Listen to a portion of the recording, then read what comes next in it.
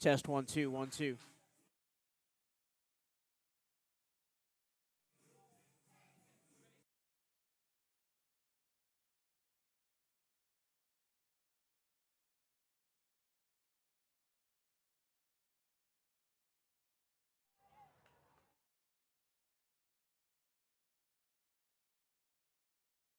Ladies and gentlemen, welcome to Sunnyland Park for today's Division I SWAC NCAA softball game featuring the visiting Jackson State Tigers and your Bethune-Cookman Wildcats. Before we begin, let's meet today's starting lineups. First for the visiting Tigers. Batting first at right field, number 1, Kalai Gibson. Batting second at shortstop, number 00, Ariana Murillo. Batting third at third base, number 42, Jace Jackson. Batting fourth at first base, number 17, Mia Almaraz. Batting fifth at left field, number 5, Gabrielle Willis. Batting sixth at designated player, number 21, Brooklyn Morris. Batting seventh at center fielder, number 12, Beja Allen. Batting eighth at catcher, number 25, Arlena McLean. Batting ninth at second base, number 9, Mackenzie Barney. And the starting pitcher, number 15, Georgina Gant. The head coach of Jackson State is Kevin Montgomery. He is assisted by Zoe Keys.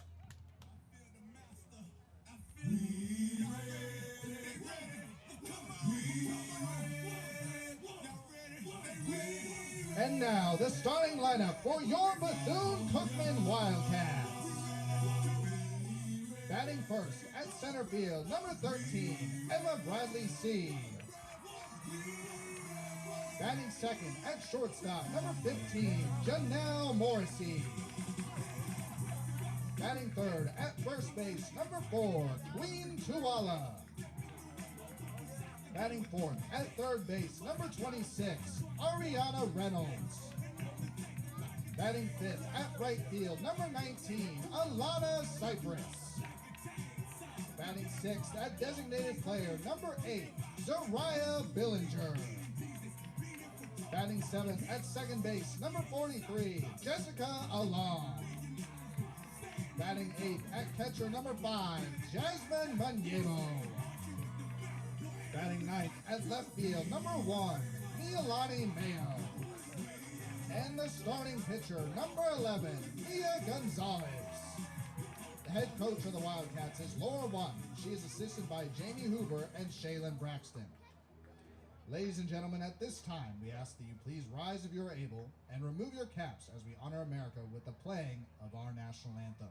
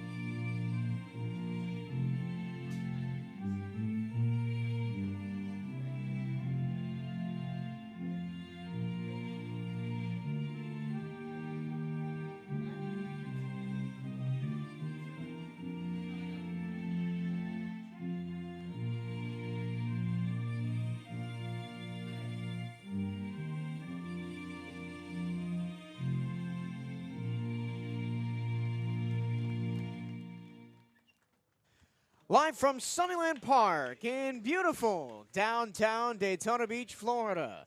It's time for Southwestern Athletic Conference Softball here on the CatEye Radio Network and SWAC TV on Friday evening. Hello and a very warm welcome. My name is Michael Torello. Happy to have your company. Happy to have the company of Jade Barquette on this beautiful Friday for softball.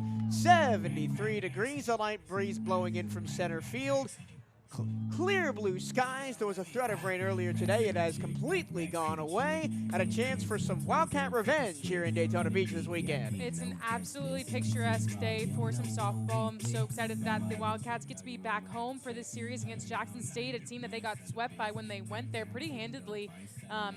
When they went on the road, now back at home a little bit later on into the season. Can this Wildcat team come out and have a better performance, just show their hand a little bit better? This is a matchup between the second and third placed teams in the SWAC Eastern Conference.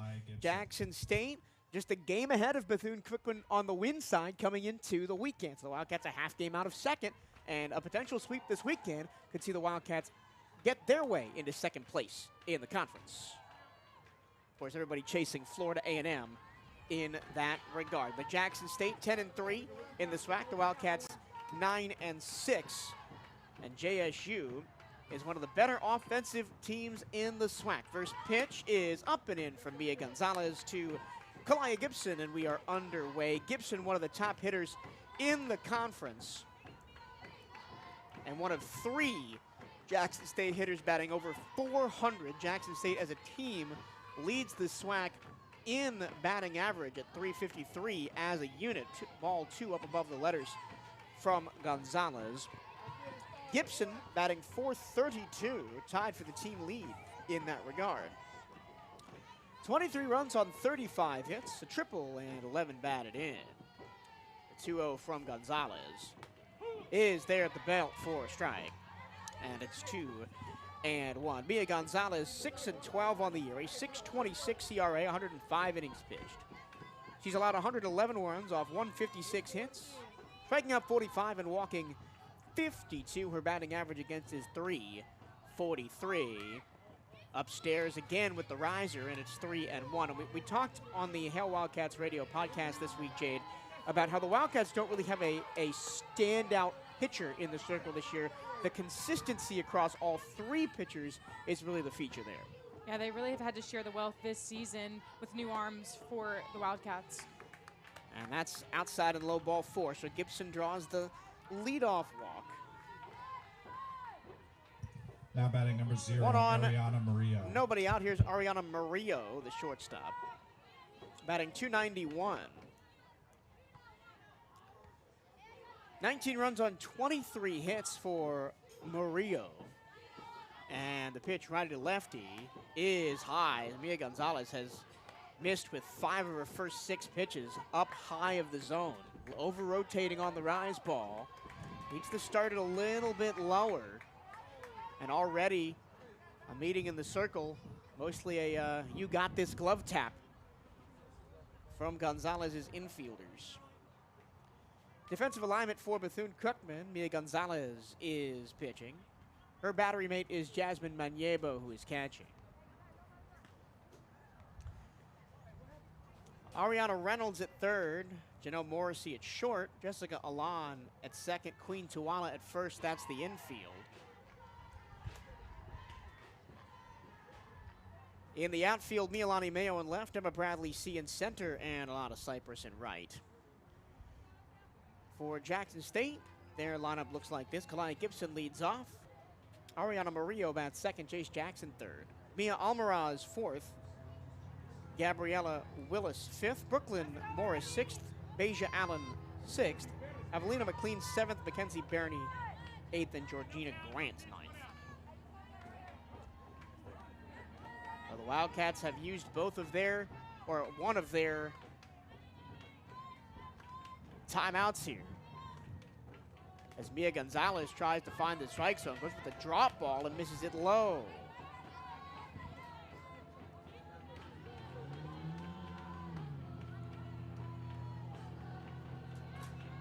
So Mia Gonzalez struggling to find the strike zone early here for the Wildcats. Down low and away again on the butt attempt by Murillo.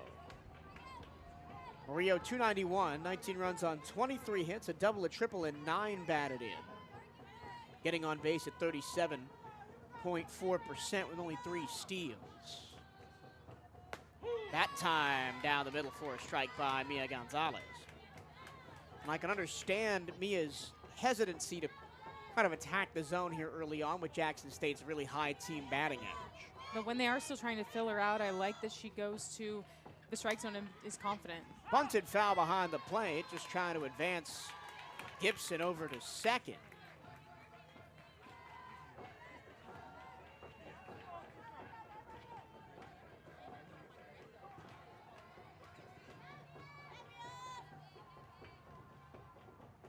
And the pitch upstairs, trying to get a chase. And it's 3-2.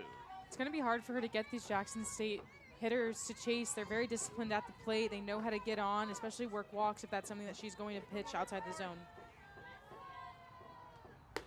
Upstairs, ball 4, and you'd think that would make their 2 on, but no. Kalia Gibson was called out for leaving early on a steal attempt, so there is 1 away, but 2 straight walks, and there's 1 on and 1 out.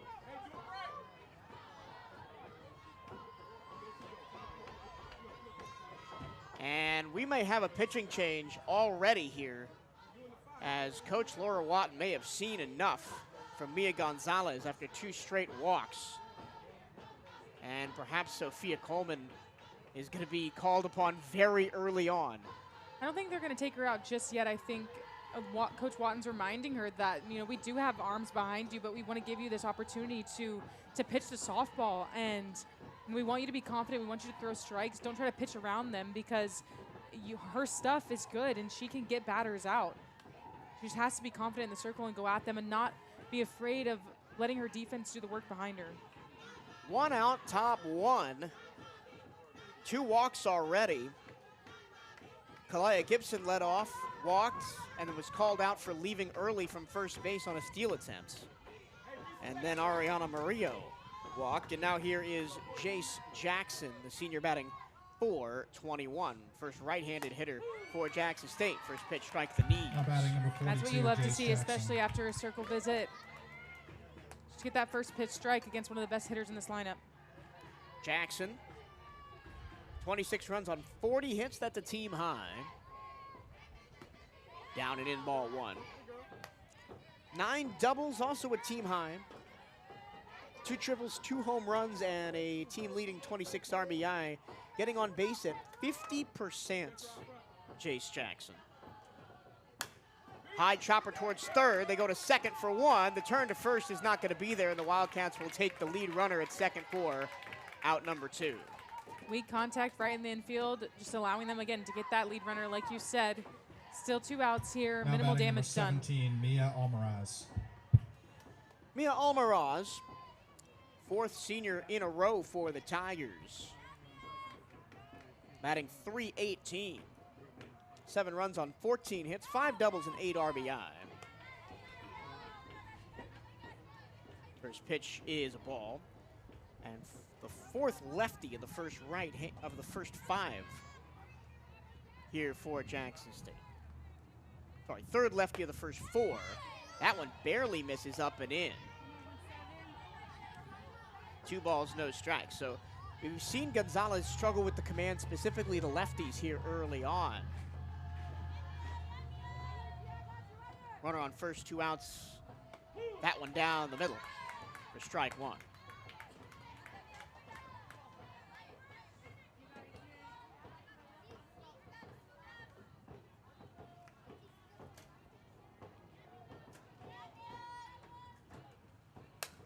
That one smacked back up the middle for a base hit off the inside of the bat, kind of off the hands of Almaraz. And Jackson State is in business now with 2 outs. Runners on first and second for Gabrielle Willis, the junior, Now batting number 5, .324. Gabrielle Willis. 17 runs on 23 hits, 2 doubles and 18 batted in, has Jace Jackson in scoring position.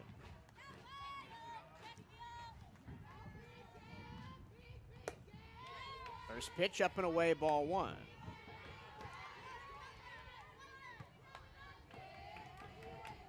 In the 3-game series between these 2 teams up in Mississippi earlier this season, Jackson State scored the first inning 2 out of the 3 games. That one grounded up the middle. There's another base hit. Jackson's going to be held at third. The bases are juiced with 2 down. And this is exactly the danger of Jackson State. Even with 2 outs, it doesn't faze them at all. They're going to try to make contact with the ball. and something that turned into nothing that turned Now into batting something, number I should 10, say, for Brooklyn Jackson Morris. State. They have runners on all bases and are threatening to score here when Mia Gonzalez was looking like she was going to get out of this inning unscathed. Well, she still can with 2 outs, and the batter is Brooklyn Morris, the designated player. Another left-handed hitter. Gonzalez checks the wrist and deals. Fastball strike in on the inside corner. Morris batting .432. Tied for the team high with Gibson in batting average. 8 runs on 19 hits. That one grounded fair inside of third and down the line. That's going to score at least 2. In from third is Jackson. From second, Almaraz. 2-0 Jackson State. And this whole thing has happened with 2 outs. 3 straight singles. Now batting number 12, Beja Allen.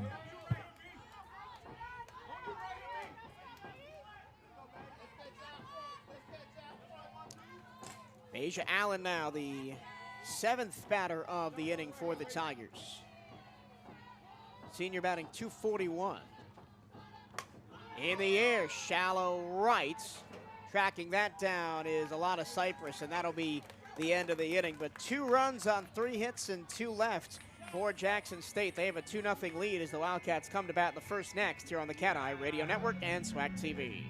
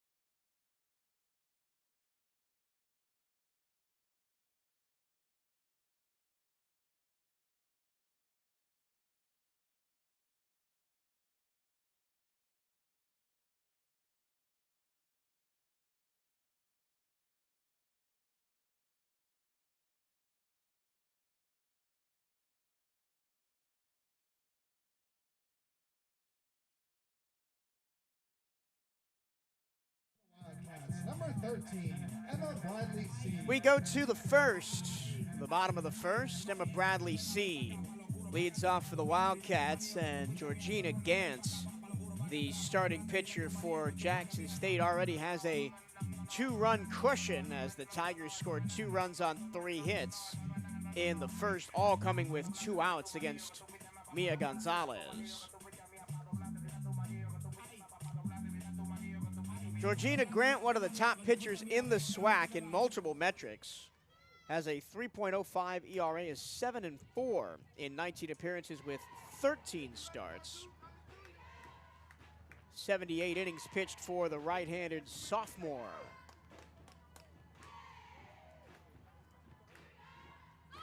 First pitch, upstairs, ball 1 to Emma Bradley C. Gant out of Tucson, Arizona in Tucson High School.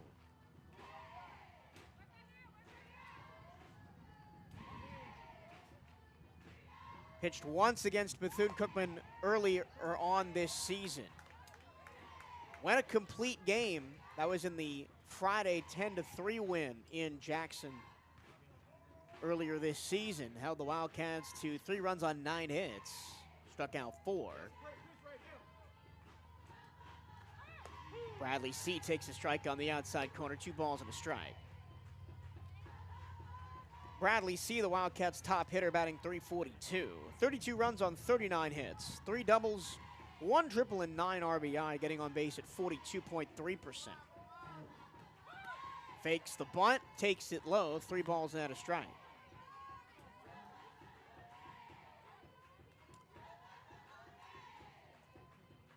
Remember, the top of the first started off with 2 straight walks.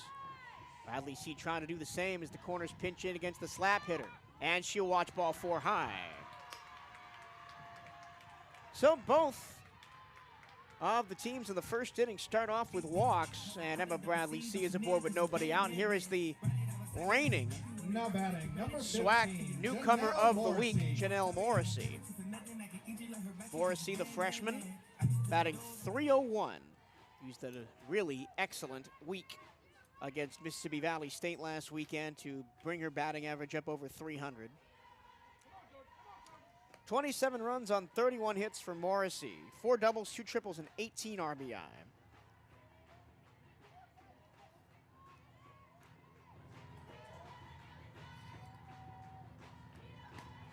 First pitch low and in as Georgina Gantz is struggling for some command here early, and now there'll be a meeting on the mound, or in the circle rather, for Jackson State. And do you think that this is a small strike zone by the home plate umpire, or just both teams kind of struggling today?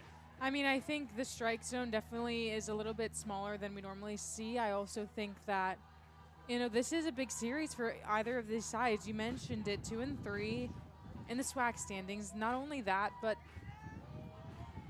B-CU has some wins to do at home. They've struggled at home this year, and to get a win like this over Jackson State would be huge, and vice versa for Jackson State. You know they're going to play that mental game of go in the circle, try to figure out what exactly is going on so they can be on top as well. Morrissey squares to bunt, throw down to second. Bradley C is in there with a stolen base. B-CU is going to be aggressive. That's Coach Laura Watton's game. That's also where they're at in their season right now. They're going to play this game quickly on the base paths. They're going to try to catch you off guard. That's exactly what Emma Bradley C does there and puts herself in scoring position. So now Morrissey has a chance for a 19th RBI on this season. She was 8 for 13 last weekend against Mississippi Valley with 3 doubles and a triple. She squares to bunt, called a strike on the inside corner. 2-2 on Morrissey. She also had 7 runs, 6 RBI, and 5 steals over the weekend. She's in a 2-2 count against Gantz with Bradley C on second. Watches one low, full count. We talked a lot on the radio show this week, Jade, about trying to continue that momentum from last week into this week against Jackson State. Here's the payoff pitch. Swing and lifted in the air to center field by Morrissey. Back on it, making the catch is Allen. Bradley C is going to get to third, and there's a runner on third with 1 out. Heads up base running by Emma. I knew that Emma Bradley C was going to take third, but a part of me hesitated when I saw how far that ball was into the outfield. It wasn't too deep to really have a clear shot at third, but Emma Bradley C with her speed's going to get there every time, and Janelle, good at bat, doing her job, sacrifice herself. Natalie Queen Tawala to try and drive Bradley C in here with 1 out. First pitch to the right-hand hitter is up and in, ball 1. Tawala, the freshman, also batting .301. 16 runs on 25 hits, 4 doubles, 2 triples, and 10 RBI. Tawala's been in and out of the lineup in the last couple of weeks, but has solidified her spot back at first base. Breaking ball strike on the outside corner, 1-1.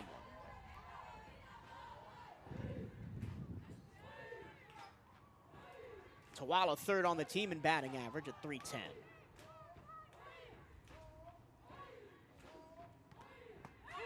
Inside called a strike. And Tawala behind 1 and 2. Runner on third, less than 2 outs. You got to make good contact here. And Tawala grounds it right back to the pitcher, and that'll keep Emma Bradley C right back there on third base, including a throw over. And there's 2 outs.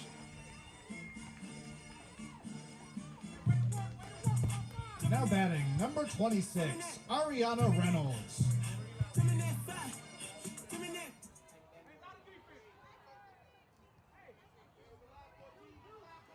So now 2 away, and Jackson State a chance to get out of this inning scot-free. Ariana Reynolds takes a ball low and away.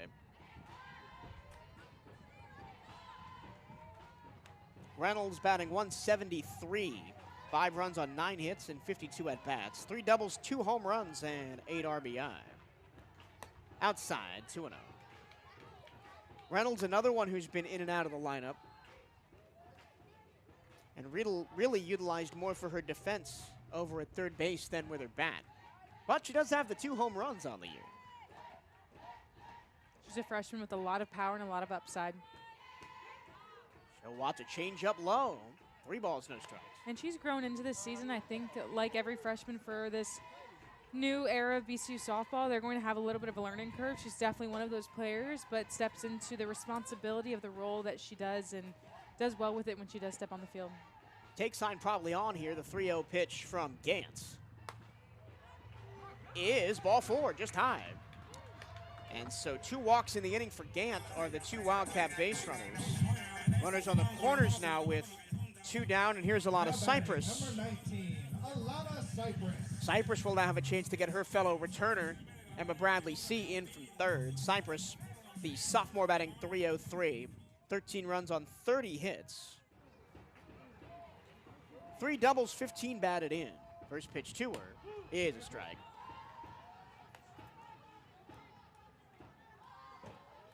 And again, with 2 outs, I'm not sure we're going to see any sort of double steal, fake steal type thing to try and squeeze Bradley C in from third. It's all on the bat of Cypress to try and get one through the infield. Ground ball foul outside of third off the underside of the bat. And it's 0-2.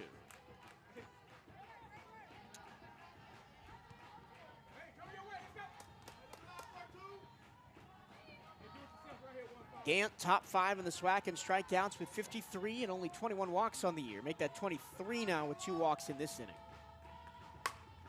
That high pitch is popped up to center field. Underneath it is Allen, and the Wildcats get nothing. No runs, no hits, and 2 left. We go to the second. 2-0 Jackson State here on the CatEye Radio Network and SWAC TV.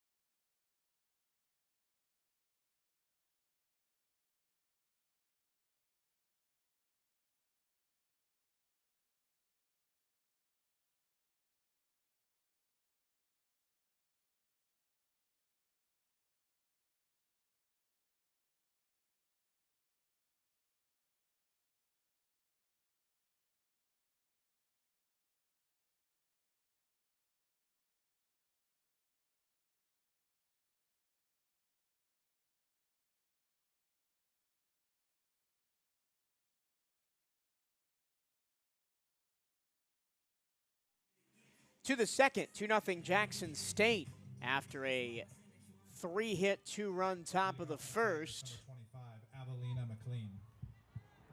As they lead Bethune-Cookman 2-0. First of a 3-game series here over the next 2 days at Sunnyland Park in Daytona Beach.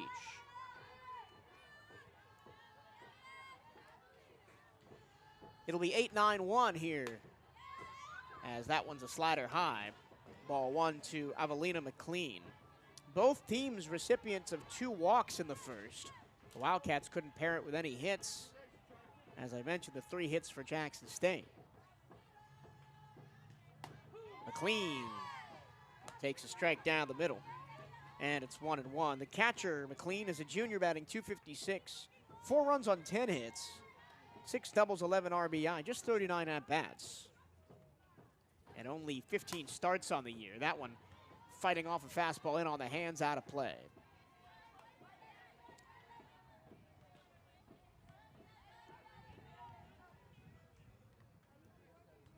This is a Bethune-Cookman team that does not strike out a ton of batters. Under 3 Ks per game on average. And Mia Gonzalez,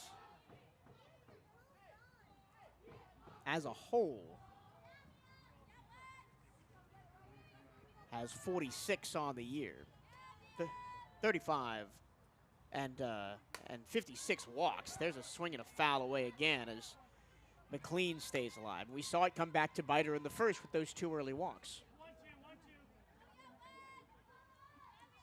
Still a ball and 2 strikes.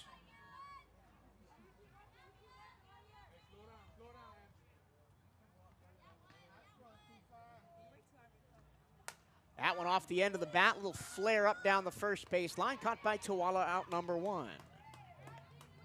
And as long as Mia Gonzalez can keep her pitch count relatively down and just induce weak contact like that, then she'll stay in this game for a while. There is already some movement in the bullpen for the Wildcats, but she really will get the job done if she just continues to get that weak contact.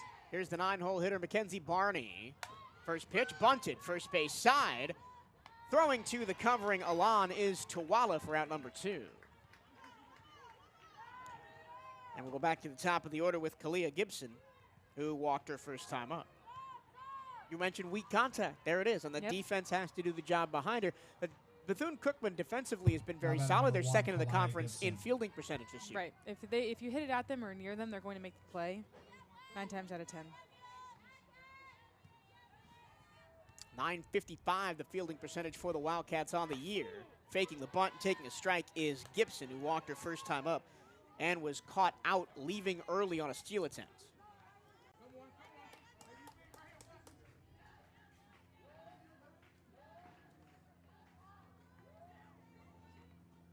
Off speed outside, didn't get the swing.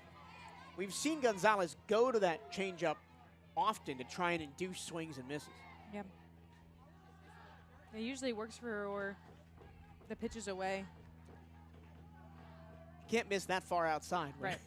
Nobody's swinging at that. Here's the pitch.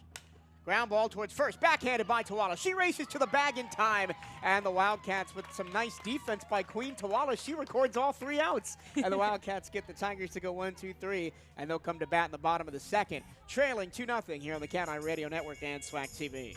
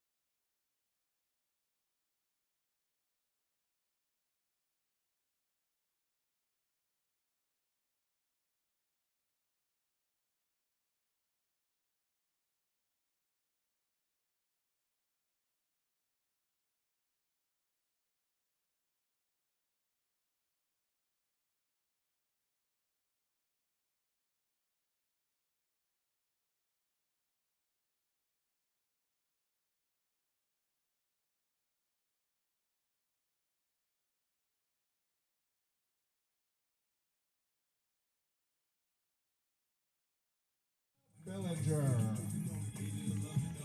To the bottom of the second, 2-0 Jackson State over Bethune-Cookman here from Sunnyland Park in Daytona Beach. Zariah Bellinger leads off for the Cats, who will rue some missed opportunities in the first, Jade. Runners on the corners, couldn't push any of them across against the starting pitcher, Georgina Gantz, who faces the lefty and will fire a strike fastball outside corner.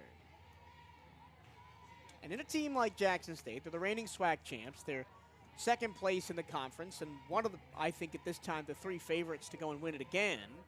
You got to take opportunities like that. Yeah, absolutely. Do not want to leave runners on the base paths, especially like I said early on in this game against Jackson State, early on in this series, and especially when they had to score 2 on you. Could you have gotten some back for sure? Jackson State is one of the worst teams in the country in keeping runners on the base paths and them not scoring. What I mean by that is their left on base percentage is just 48%.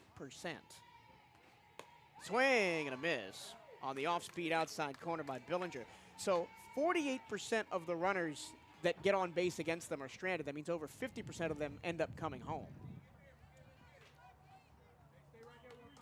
The Wildcats got to get that mentality of get on, get over, get in here in this contest.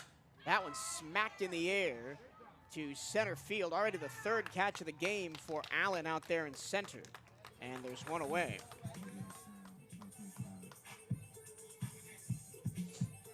Now batting number 43, Jessica Alam.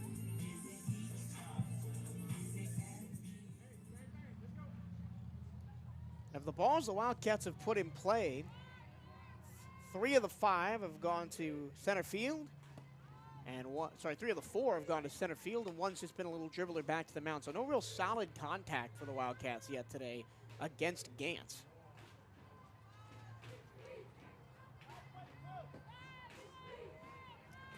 This is Jessica Alon, the second baseman. Watches one upstairs.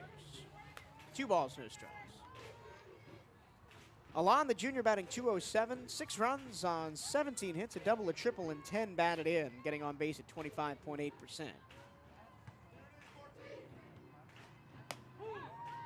Watches a strike, and it's 2-1. But with a high strikeout pitcher like Gant on the mound, getting those runners on the base path is going to be tricky today. 2-1. That one back up the middle again. That one's going to drop in for a base hit to center field. First hit of the game for the Wildcats, and Alon's aboard with 1 out. Solid contact there by Jersey just to drive that one straight up the middle. Curled a little bit and just dropped right in front of the center Now fielder batting, for number the 5, Tigers. So Jasmine good work Maniego. for Jersey just to drill that one into center. 3 of the 4 hits combined between these two teams so far have been hit to center field.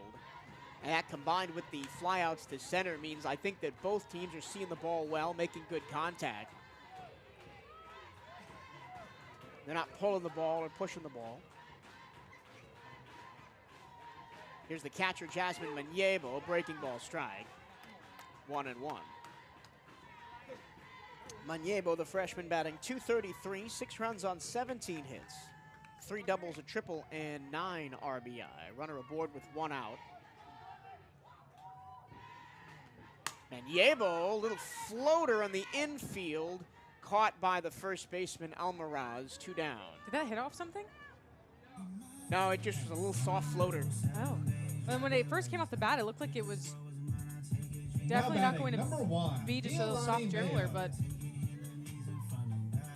9-hole hitter for the Wildcats is Mialani Mayo, who actually has the second best batting average on the team at .308. She's a slap-hitting lefty, batting that aforementioned .308. 11 runs on 16 hits, 1 triple and 6 RBI. She has split time in left field with Micah Wesley. As she hits that one foul into the screen. But really has solidified over the last 2 or so weeks that left field spot for herself, Mialani Mayo. Wildcats have made some defensive changes throughout this entire season, really just plugging in different people in different places. We knew that was going to happen coming into the season, though. Called strike on the outside corner as Mayo lays off of it. Now in a 1-2 count with 2 away and a runner on first. Wildcats down 2-0 here in the bottom of the second to Jackson State.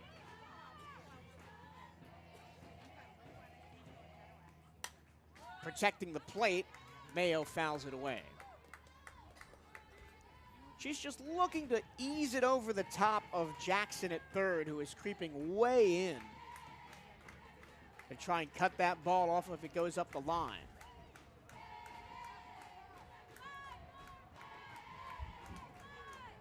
Once again, the 1-2, a chance to get out of the inning for Gant and the Tigers. That one bounced toward third, just foul outside the base. And You called it. Jackson had that one played well, but she was just a little bit too tucked in towards the middle. If that one had snuck inside the base path, I don't think she would have got there. But it's still 1-2 on Mayo, as she's now fouled off 3 straight.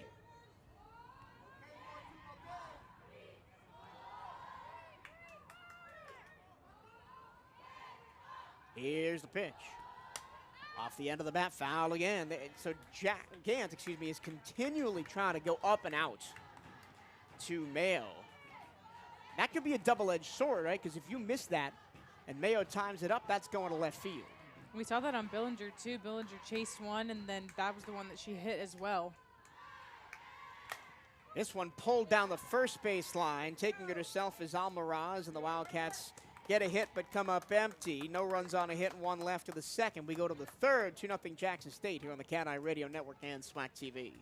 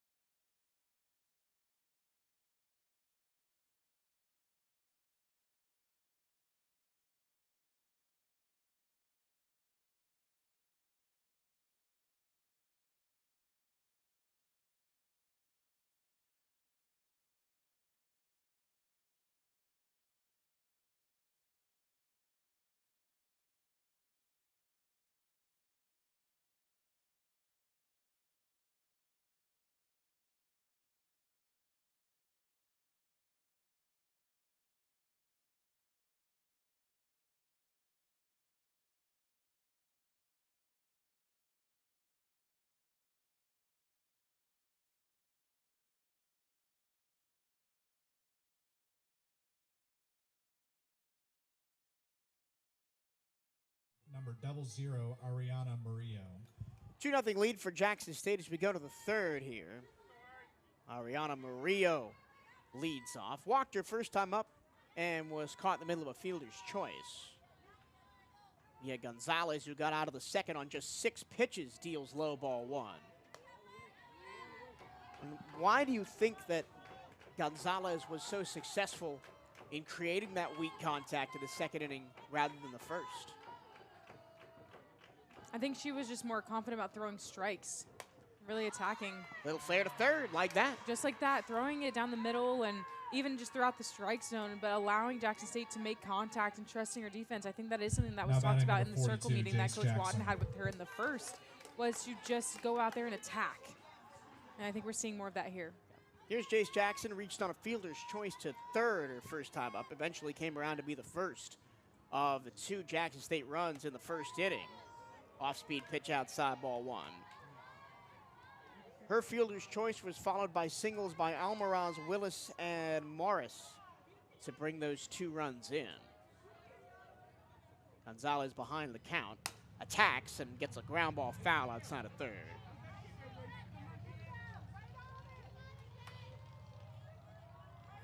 Full weekend of SWAC conference action going on around the league. Already 1 game in the books. Scrambling State 5, Prairie View A&M 9 in Louisiana. That's the first of a doubleheader, second game there ongoing.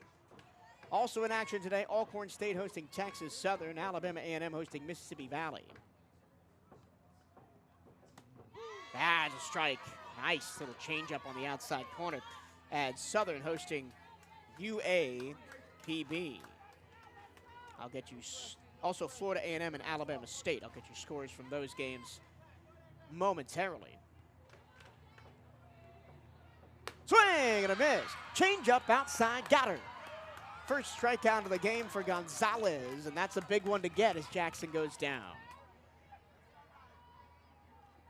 That was absolutely massive for Mia Gonzalez. Just again, she's attacking. She's honestly a completely different pitcher than we saw in that first inning. She just looks like she's working quickly and wanting to just throw strikes. Change up outside, ball 1 to Almaraz. Whatever Coach Watton told her in the dugout seems to be working out. Yeah, and I really think she's sticking to those off-speed pitches, and I think the mix with her fastball as well is helping just confuse a little bit these Jackson State hitters. Tip back to the screen by She's finishing. Almaraz. She's also finishing well. She's finishing the at-bat. Even if she gets behind, she's allowing herself to work back into it or throw a strike enough that they'll hit. Couldn't find a reported score for Florida A&M and Alabama State. First pitch, or see, the pitch is in the air down the left field line. Tailing foul by Almaraz, 2 strikes on her. Alcorn State and Texas Southern just started the second game of their doubleheader. Texas Southern took the first game. No score, bottom 1 in the second game. Mississippi Valley had a 7-1 lead over Alabama A&M in the first of their 3-game series, but the Bulldogs have battled back. It is now 7-6 Mississippi Valley in the bottom of the 5th. Pop fly, shallow left. Mialani Mayo makes the catch, and that'll do it. So 6 straight outs recorded by Gonzalez and the Wildcats. They're still looking at a 2-0 deficit as we go to the bottom of the third here on the CatEye Radio Network and SWAC TV.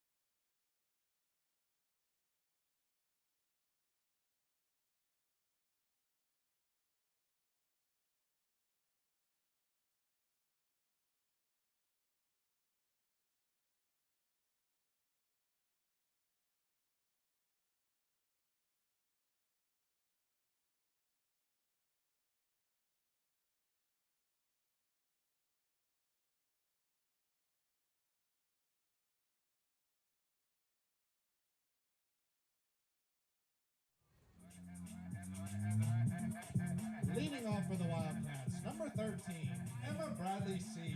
Back to the top of the order for Bethune-Cookman as we go to the bottom of the third. Wildcats nothing. Jackson State 2, first of a 3-game set here in Daytona Beach this weekend. Bradley C. walked and was stranded on third her first time up after stealing a base and advancing on a fly ball. One of 2 walks given up by Georgina Gant in that first inning.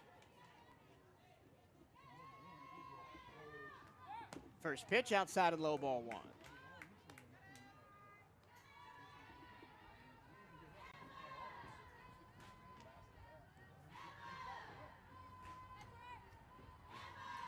Once again, the third base side creeping in, anticipating a slap towards that direction. There's a called strike on the outside corner, 1-1 on Bradley C. With that steal in the first, Emma Bradley C took the team lead in steals with 21 on the year, jumping Janelle Morrissey. Down and away, 2-1. One of the things that I love about watching Emma Bradley C is her plate discipline. She's really going to work the count. She's going to foul off pitches. She's going to stay in counts and make the opposing pitcher pitch to her. She's not going to be wild and swing at stuff. That's part of her job as that leadoff batter. She wants to see every pitch. That one hit hard but foul down the first base line as that one came up and in from Gantz. It helps so much to the batters behind her in the lineup. Just for her to be able to, A, be a senior leader that knows what type of pitches pitchers are going to throw, but also to have the discipline to not swing at all of the junk that might be thrown at her and give them the best report if she goes back to the dugout or she gets on base and allows herself to extend the inning. 2-2 now after that foul ball. Gant winds and fires. Swing and a miss, got her with the upstairs fastball. And there's one down on the first strikeout of the game for Georgina Gantz. Now batting, number 15, Janelle Morrissey. Jackson State actually coming into today on a 2-game loss streak. Dropped the second of their 2-game abbreviated series to Alabama State. And the ball hit her. Bunted right up the gut by Morrissey. And the ball hit her on the way through, so I believe she's out.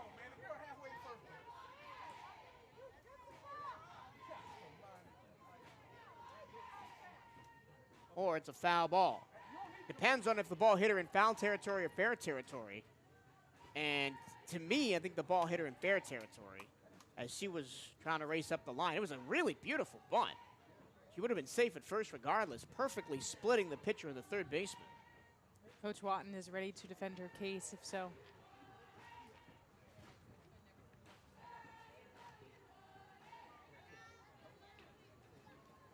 And they are going to call it a foul ball, I believe, as Janelle Morrissey is going to climb back in. So she gets a little bit lucky there. And we'll get to see another pitch from Gantz.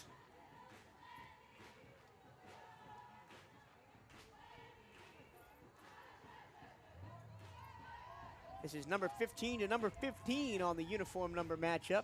Here's a pitch. Watched up and in.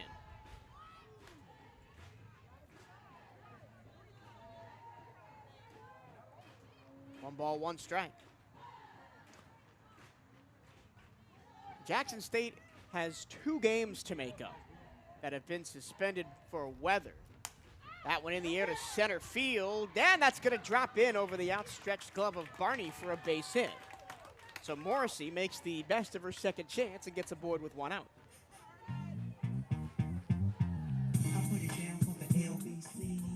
Now batting number 4, Queen Tuala.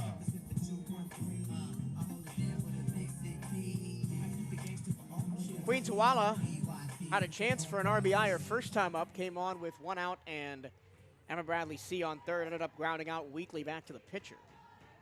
Now she has Morrissey on first with 1 down. First pitch breaking ball strike caught the knees of Tuala. Now, Jackson State only played 2 games against Alabama State last weekend, and they only played 2 games against Alabama A&M in Huntsville on March 13th and 14th. That's a bunt by Tuala, gets it down. The throw to first in time. As the covering Barney gets the out. So Morrissey moves up into scoring position. They'll be 2 away.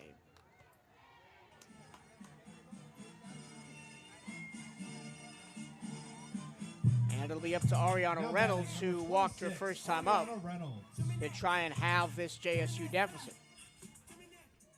This is where the Wildcats need to just start putting some pressure on JSU. Still early on in this game, but they have runners in scoring position. They're getting runners on. Breaking ball outside, ball 1 from Gantz. And then kind of shockingly, I mentioned Jackson State was on a 2-game losing streak coming into today. They lost to Alcorn State in a midweek non-conference matchup, 10-8. Just 3 days ago on Tuesday in Lorman. That game will not count for the conference standings, but Alcorn State sitting near the bottom of the Western Conference standings in the SWAC. Why won't it count? Because it was not a scheduled conference game. It was a midweek game. They played it on Tuesday. And because in softball you don't see the other side of the conference in the regular season. You only play a double round robin against your own division, not the other division, which baseball has abolished, and I'm hoping softball will go the same way shortly. Yeah, that would be nice.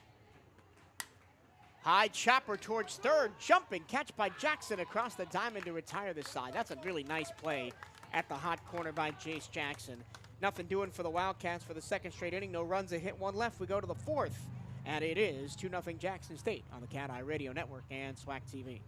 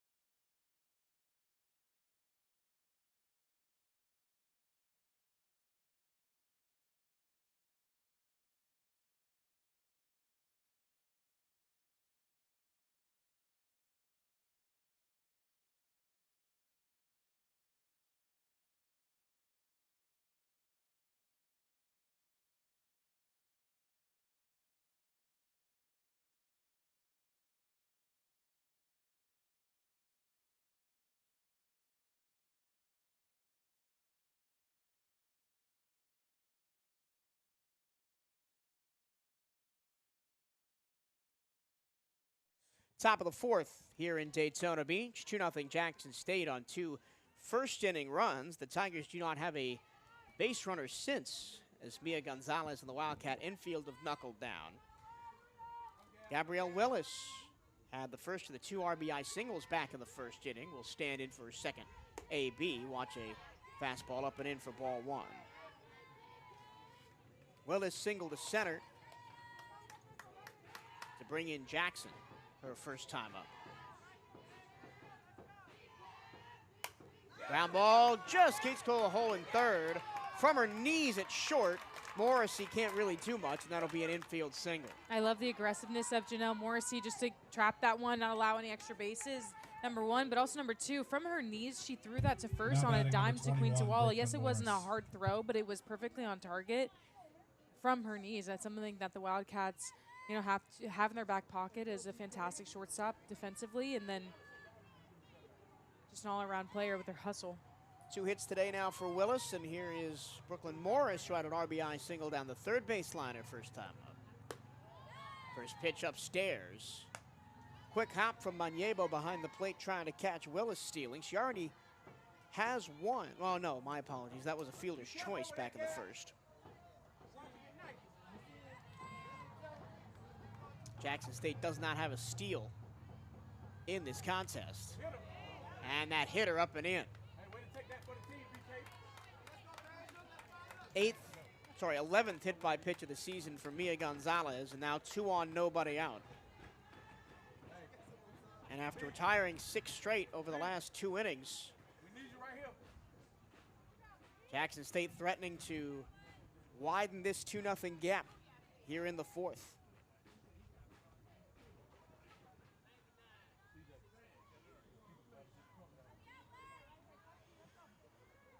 Beja Allen flew out to left field to end the first.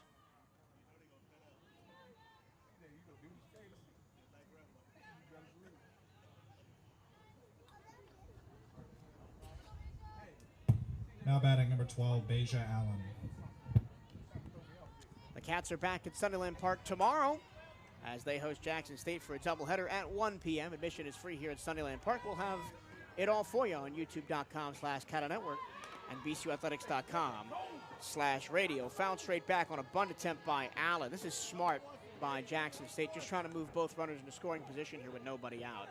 And we're going to have a timeout to talk offensive strategy with Jackson State's head coach Kevin Montgomery. Now in his 8th season with the Tigers,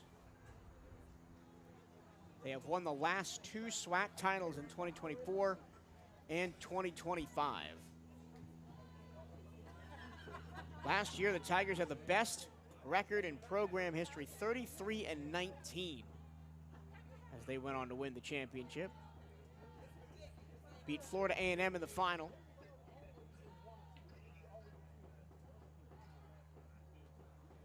Montgomery spent his entire collegiate career in the SWAC. Alabama State as an assistant, then Alcorn and Pine Bluff as a head coach before coming to Jackson. 2 on, nobody out. Upstairs, ball 1 on Allen, who squared to bunt again. You saw the movement from the Wildcats. They pounced on that as soon as she moved her bat forward. A 1-1. Allen will probably try and get this one down again, which she will. Pop it up. Manyebo makes the catch, and that's a big out. 1 away on the failed bunt attempt by Beja Allen. Exactly what the Wildcats needed right there. They felt the pressure with no outs with both of the runners on. 25, Avelina McLean. And to execute that play if it were in fair territory, but what an easy out for them to make. Here's McLean, popped up softly to the first baseman, Queen Tawala, her first time up. First pitch out and away, ball 1. McLean, 11 RBI on the season. Has Willis on second, Morris on first, with 1 out and a 2-0 Jackson State lead. Breaking ball strike slices through the zone. 1-1.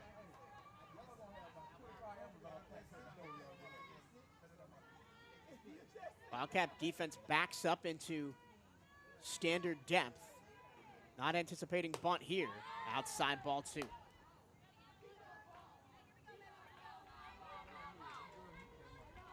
Mia Gonzalez, the freshman from La Merida, California, Buena Park High School. Trying to get out of this jam and keep the Wildcats down by just 2. There's a strike. Excellent pitch. Breaking ball low and away.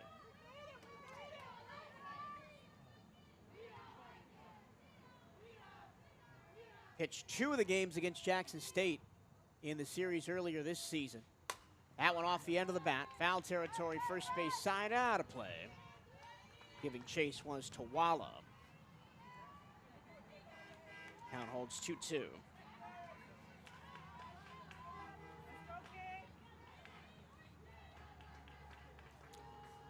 First game gave up 10 runs on 14 hits in 6 innings, and that was the 10-3 loss.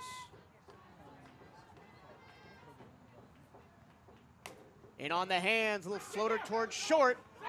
They go to first. Safe! A little bit of analysis paralysis from Janelle Morrissey, and it's bases loaded, 1 out for JSU. I think she wanted to get that lead runner out at third, but the play was not there. Ari Reynolds was not ready for it, and then just the hesitation allowed her to not get the runner over at first.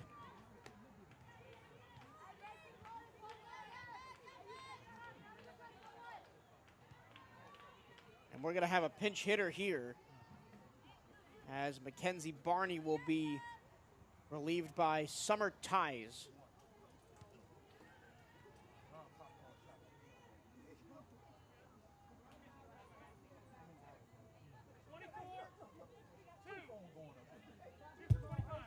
Your attention, please. Pinch hitting for the Tigers, number 24, Summer Ties.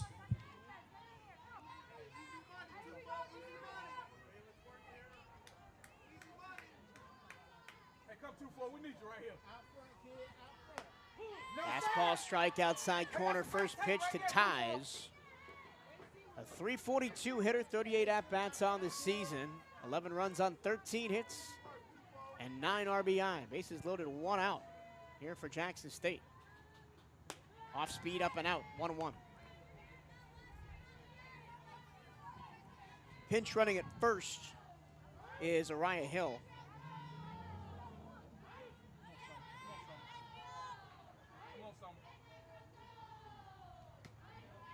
Down low, fastball just missed inside. 2-1.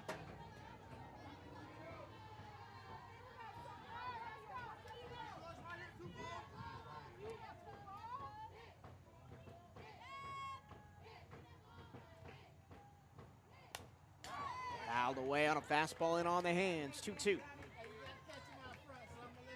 Gonzalez has 1 strikeout today. It was of Jace Jackson back in the 3rd.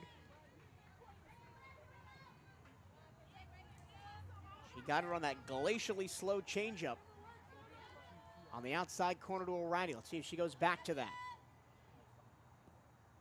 She goes fastball, ground ball to first. They'll come home for 1. Back to first, safe. But the Wildcats do prevent a run. They get the lead runner at home fielder's choice. 2 away in the inning, bases still loaded. Excellent defense. Again, like you mentioned, Wildcats one of the top in the SWAC for their defensive abilities. They don't make a lot of errors. That time they were keen in on what was going on and got the lead runner and avoided adding another run to the board as well.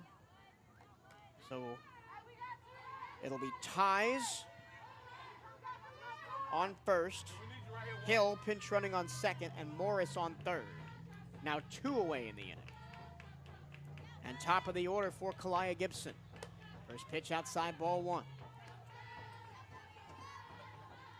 Gibson walked her first time up, was called out by leaving early on a steal attempt. Then she grounded out to Queen Tawala unassisted at first base. Line drive, what a snag! Jessica Alon, full dive to her left, saves at least 2 runs for the Wildcats. Bases loaded and the Cats get out of the jam and don't allow a thing.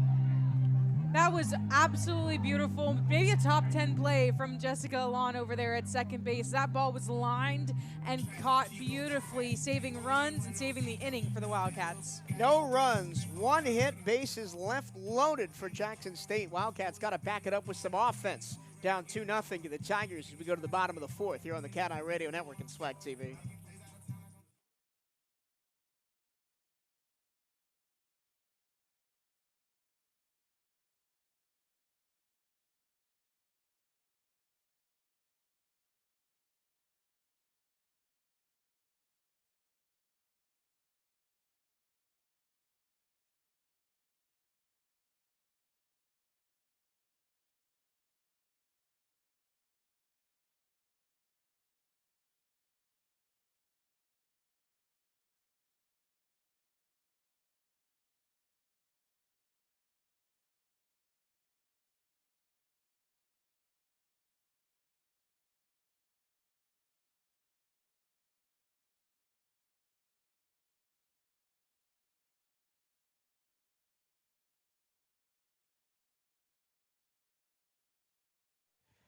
The Wildcats use some elite infield defense to get out of a major hole.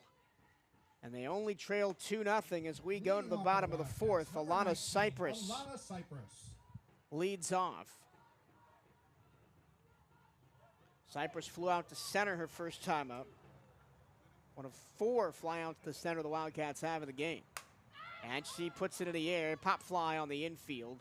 Second baseman Barney, who re-entered after being pinch run for, will make the catch for out number 1. Almost nothing for the Wildcats today has been barreled up.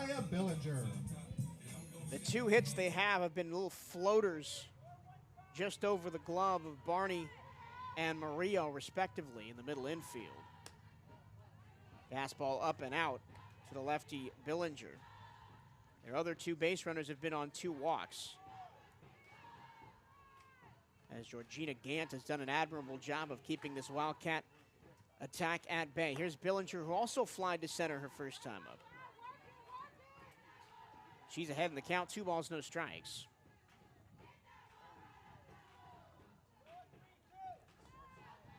Still 2-0 Jackson State on 2 first-inning runs. There's a strike.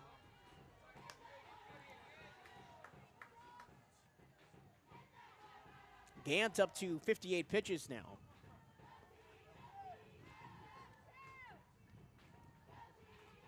We're about to hit the halfway point here in this contest. Off the end of the bat, fouled over the screen into the parking lot. Now 2-2 on Billinger.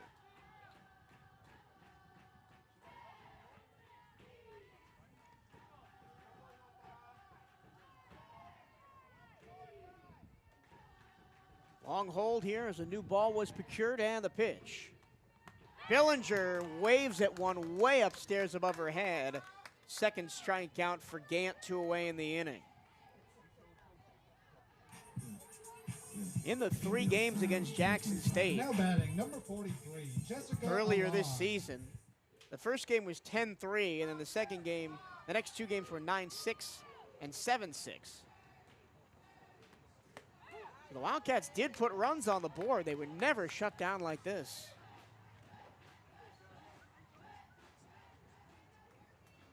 And have not, in fact, have not been shut out in a game in conference play of the Wildcats. But they're just swinging at everything now, as Jessica Alon is down to the count 0-2 after that big hack. The last time the Wildcats were shut out was at the Make It Happen games back on March 1st. They lost 2-0 to Bowling Green.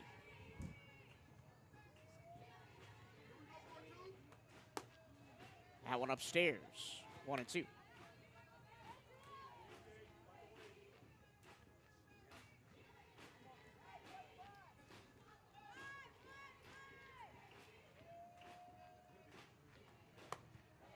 Way outside on the slider. 2-2 now on Alon. Wildcats, including this series, have just 3 series left in the regular season. They'll play the Alabama schools to round out the year at Alabama State next weekend, and then home to wrap it up against Alabama A&M. In the air down the left field line, that's going to hang up easy pickings for Willis. And a 1-2-3 go the Cats for the first time in the game. We go to the 5th inning. 2-0 JSU here in Daytona Beach on the CatEye Radio Network and SWAC TV.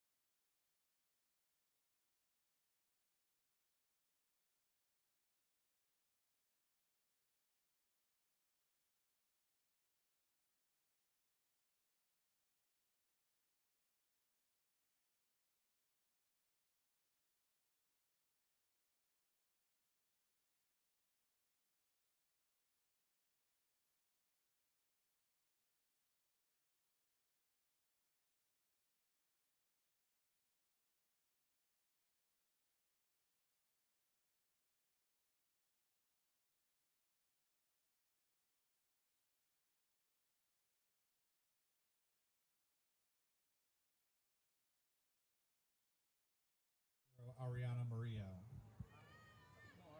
We go to the 5th here on the CatEye Radio Network. 2-0 Jackson State. First of a 3-game series. Bunted, foul, straight back. First pitch to Ariana Murillo, who is 0 for 1 with a walk. Walked in the first, caught in the middle of a fielder's choice, and then softly lined out to Reynolds at third, back in the 3rd. Joining me here for the 5th inning on commentary, we've got Dayon as one of our student broadcasters. Dayon, what have you made of this game so far, and what do you think the Wildcats need to do to overturn this 2-0 deficit? So far, it's been a little bit of sluggish with the Wildcats. They've held it down a little bit to keep the run to 2-0, but unfortunately, they haven't been able to secure one themselves, so we'll see if they get one in this inning. And really, it's been failure to make strong contact for the Wildcats. But defensively, outside that first inning, it's looked very good.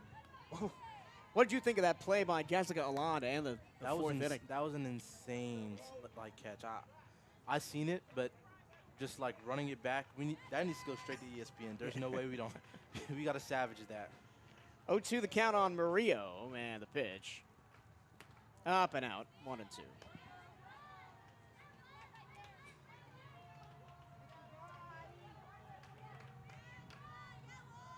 Murillo, one of 7 seniors or grad students in this JSU lineup. Grounded up the middle, off the glove of Morrissey, and it's into center field. Would have been a tough play for Janelle either way. And for the 2nd straight inning, the leadoff woman is aboard for Jackson State. Now batting number 42, Jace Jackson.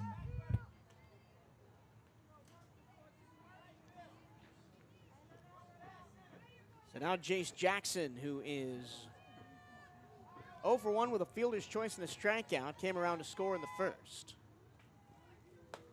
Fastball strike in on the hands.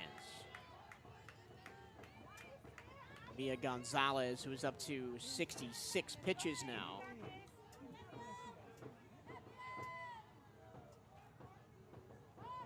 Bunted by Jackson, third base side, and no play anywhere. That's a beautiful bunt. Reynolds wasn't ready for it and was playing too deep behind the bag. And once again, for the 2nd straight inning, 2 on, nobody out for Jackson State. Now batting number 17, Mia Almaraz. For the exact same situation, Dayon, as we were in last inning. Yeah, I think the bases might get loaded again.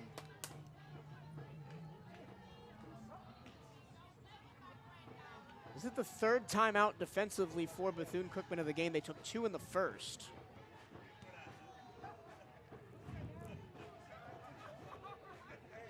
There is action going on in the bullpen. But no move yet, as the Wildcats going to trust their freshman arm.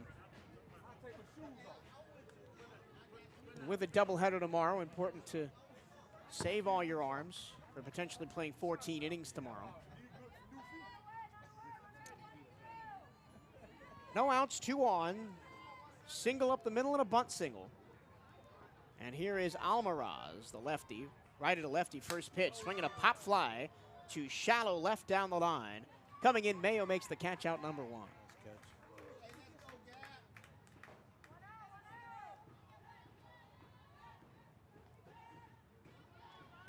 Now batting number 5, Gabrielle Willis. Gabrielle Willis, 2 for 2, 2 singles. Had an RBI single in the 1st, singled on the infield in the 4th, and was caught at home on a force out as the Wildcats fought off a bases loaded 1-out jam back in the last inning.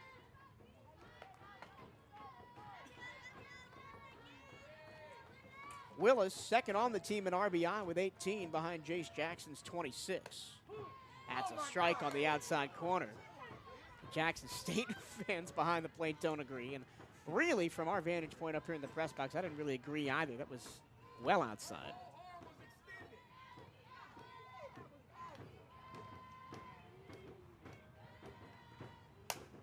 Slap foul off the top of the screen down the first base line. That's the first time I think I've ever seen that happen. That ball hit right on the top of the fence and bounced back into play. almost held there for a moment, like sometimes tennis balls do in the middle of net. Either way, it's a 1-2 count on Willis. Turns on one and pops it straight out by a play, and it bounces off the top of the press box. Count holds.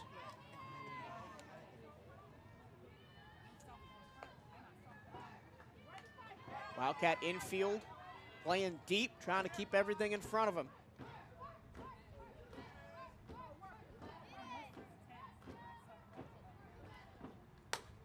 Fly ball, right field. Catch made by Cypress, and advancing to third is Murillo. So a runner 60 feet away with 2 outs, but 2 flyouts have given the Wildcats the opportunity to get out of this inning unscathed once again. And here's Brooklyn Morris, who has reached base twice. In fact, Morris will be pinch hit for by Ayanna Jennings.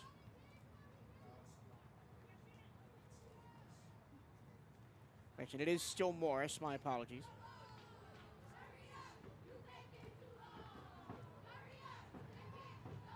Wildcat baseball is back in Daytona Beach Friday, April 17th at 7 p.m. as they host Alabama A&M in a SWAC series. That'll be at Sliwa Stadium on the Emory-Riddle campus, instead of at the Jack, as we overlap with the Now Daytona batting number Tortugas. 21, Brooklyn Morris.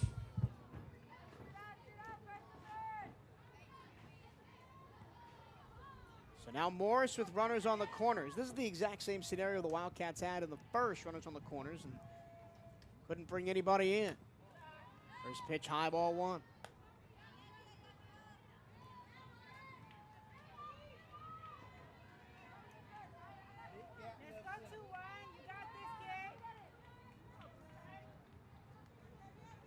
Jackson on first, Murillo on third. Here's the 1-0.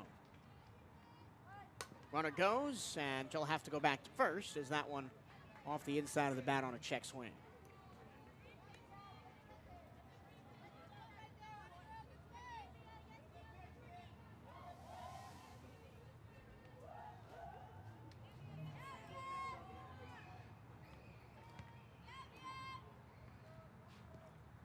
Upstairs, ball 2-2-1 on Willis, and I think, Dayon, that Gonzalez needs to attack the strike zone more. She's gotten some good help from her defense in these last 2 innings.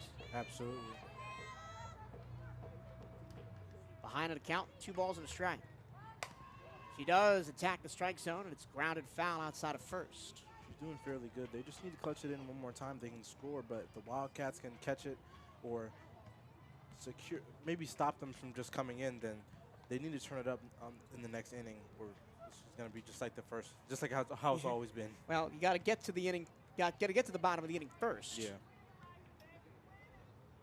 And Gonzalez is strike away from doing that against Brooklyn Morris. Murillo on third, Jackson on first, 2 outs. Top 5, 2-0 Jackson State lead after 2 runs in the first.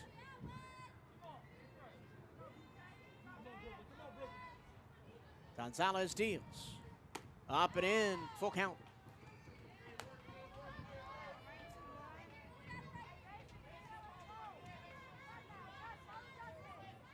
Asia Allen is on deck. She is 0 for 2 and would bat if the inning continues.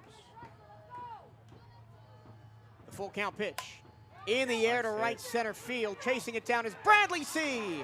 On the move. She's got it for out number 3. And the Wildcats leave him stranded again.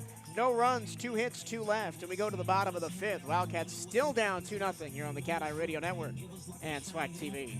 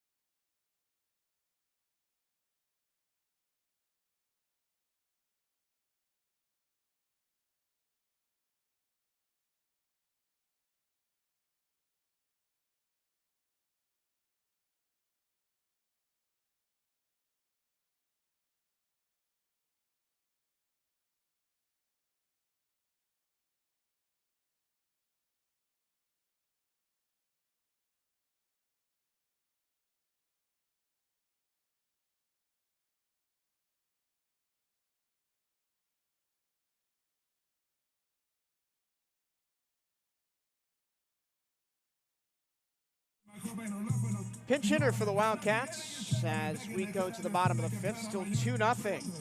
Jackson State here from Sunnyland Park in Daytona Beach. Let's see if they turn up the offense in this bottom inning. It'll be Michael Wesley to try and get things going. Corners pinched in for Jackson State, expecting the bunt from the speedy Wesley. She will put it down. Back to the mound. The throw to first. Gets in to shallow right field, but she will try and go to second now. That's a really late jump. Here's the throw, and she's out.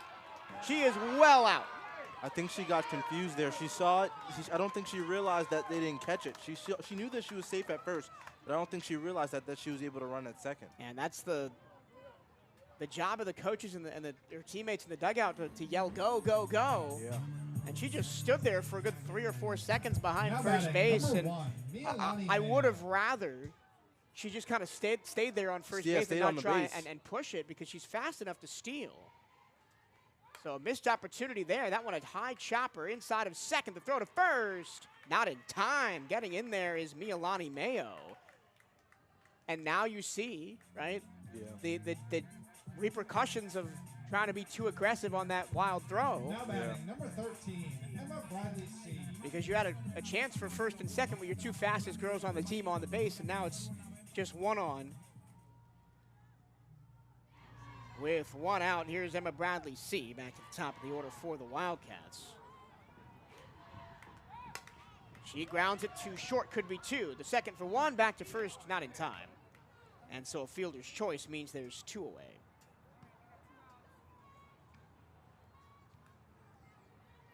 Like I said, they need to turn it up. Hopefully, it just doesn't end up like how it has been the whole entire game. It's been very sluggish from the Wildcats. Now They batting, need to find a number way to get in 15, there, Janelle get the Morrissey. bases loaded at least get the second.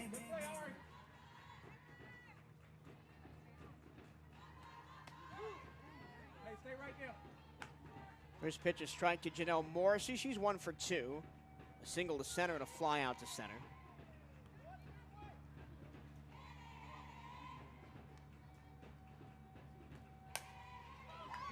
Up the middle, that one just squeaks through. Trying to get to third, and safe. Sliding in under the tag is Mayo. Oh, sorry, Emma Bradley C, excuse me. Her awareness so good. She didn't think about it out. No hesitation at all. She knew that she didn't get the catch off, so she quickly slided in there and she was able to secure the third. And Jackson State's head coach not happy about the call. But now the Wildcats with their best chance to score here since the first. Second and third, 2 down.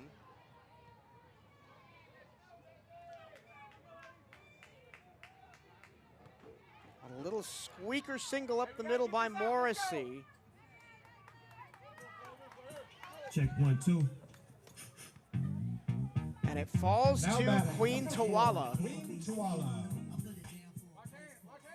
Tawala, the freshman from Wilmington, California. Could tie this one up with one swing. She watches one high above the letters for ball 1.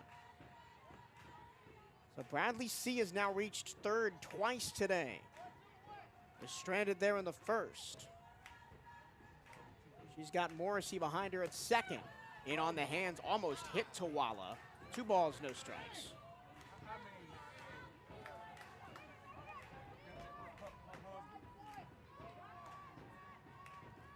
Tawala just 11 RBI on the season. Fouled off the end of the bat. Over the top of the screen. She's got to be careful. They got to play it carefully because they already got 2 outs. So if she can just get her in, to be able to get that third one, and if she still gets out, at least they'll be down 2-1. Most of the hits today for both teams have come up the middle. Hey, make a play, infield. Let's go. Tawala, that ball gets away. Here comes Bradley C. She slides in safely. On a wild pitch, the Wildcats have the deficit. It's 2-1. That was a great play right there. Great. She didn't like I said the last time. She has no hesitation. She saw the mess up. She got quickly in there. That was very much like the wild pitch that caused Emma Bradley C to scamper home to win the ball game against Alabama State earlier this season. That was in the 13-inning marathon game. So now a chance to tie this thing up for Queen Tawala. She's ahead 3-1 in the count. against Georgina Gantz. Here's the pitch, right at a righty. Little flare down the first base line. That's going to drop in foul territory, and it's 3-2. Both Gibson and Barney were chasing after that one, couldn't get it home. But the Wildcats have halved the deficit to 2-1 here in the 5th.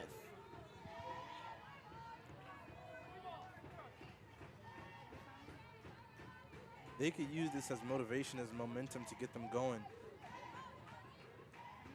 There's a big hole up the middle if Tawala can send this right back where it came from. Low and in. Oh, no way. Strike 3 called. A bit of a shocker as the Wildcats will only get one. Queen Tawala was certain that she was headed to first with a walk on a full count. Rung up by the home plate umpire, and that's the end of the inning. A run on 2 hits, an error, and 1 left. And we go to the 6th. The Wildcats now down just 2-1 here on the CatEye Radio Network and SWAC TV.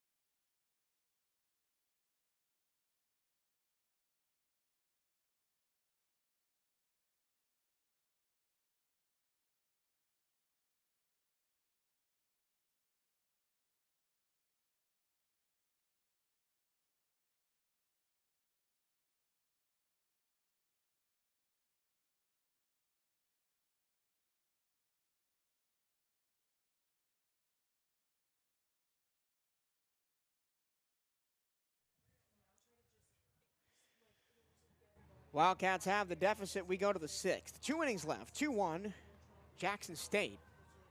And the Wildcats' infield defense has kept them in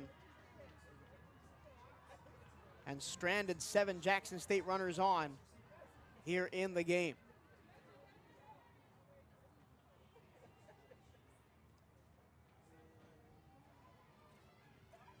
Michael Torello still with you here on the CatEye Network alongside Dayon, one of our CatEye Network students, bringing you B-CU Softball. Your attention, please. Pinch hitting for the Tigers, number 8, Fenya Kennedy. We've got 2 straight pinch hitters coming up for JSU here. Beja Allen is out. Fenya Kennedy will bat. First pitch, a strike to the left-hand hitter.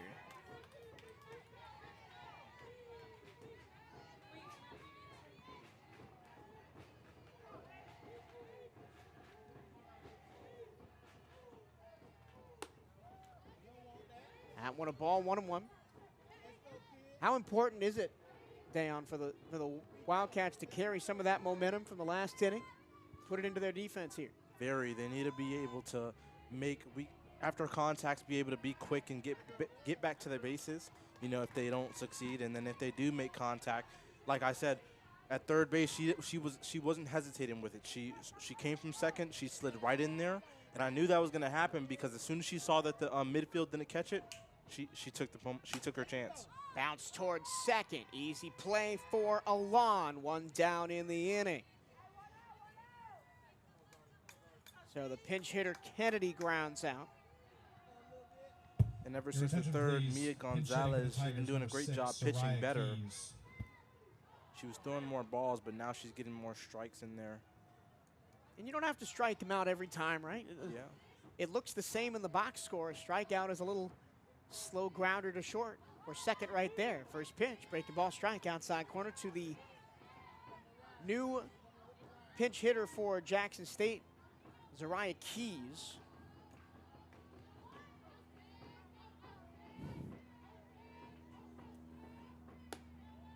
That one a ball.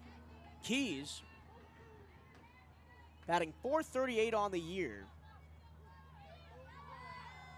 with an OPS of over 1.1. In on the hands, it'll pop up down the third base line, taken in foul territory by Reynolds, 2 away.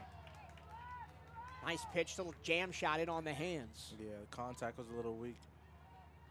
Now batting number 9, Mackenzie Barney. And now here's Mackenzie Barney. She's already been pinch hit for once in the game. So she will re-enter after a sac bunt her first time up. Oh, strike down and away. So Kennedy and Keys pinch hit for Jackson State. They both got out on the infield. One a grounder, one a soft pop-up.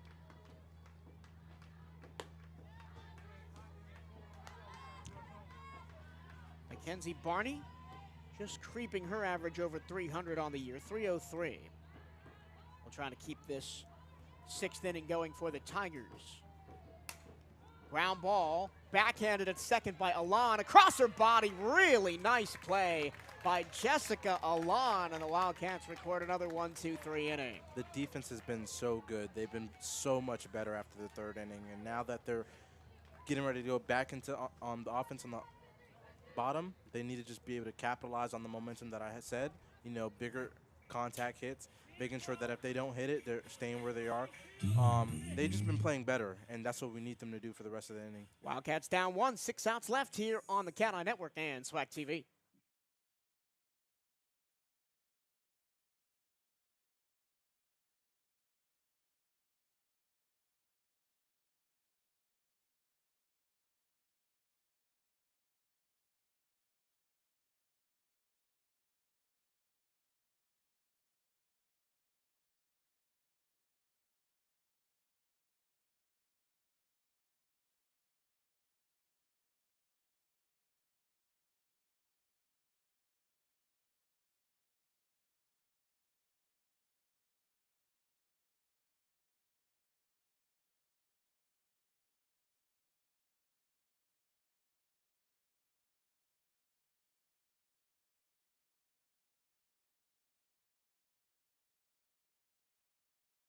Reynolds. Wildcats down by 1 as we go to the bottom of the 6th here. Just 2-1, a pitcher and defense duel here at Sunnyland Park in Daytona Beach this afternoon. Game 1 of the 3-game series here over the next 2 days. First pitch, a ball up high, upstairs above the letters to Ariana Reynolds. She's 0 for 1 with a walk. Walked in the first and grounded out to third in the 3rd. That one fouled straight back as she got underneath it. Wildcats only have 7 base runners in the ball game.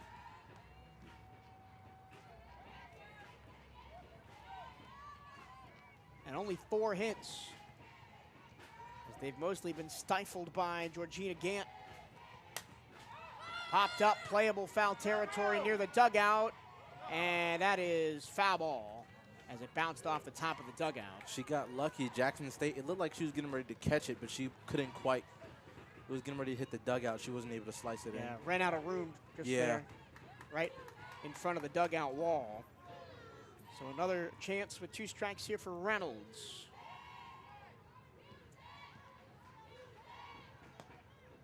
The 1-2 from Gantz. Upstairs, 2-2. Good take. Fastball up and in. Regina Gant, 4th in the conference in ERA. That one smacked on the ground toward third. Nice scoop by Jackson. Across the diamond in time for the first out. She wasn't able to get there fast enough. I think she realized that it was a good hit, but she was a little bit slow there. That's Reynolds' second ground out to third in the game, and I've been impressed with Jackson's defense over there at third today. She had one that was bounced toward her, had to jump to keep it in.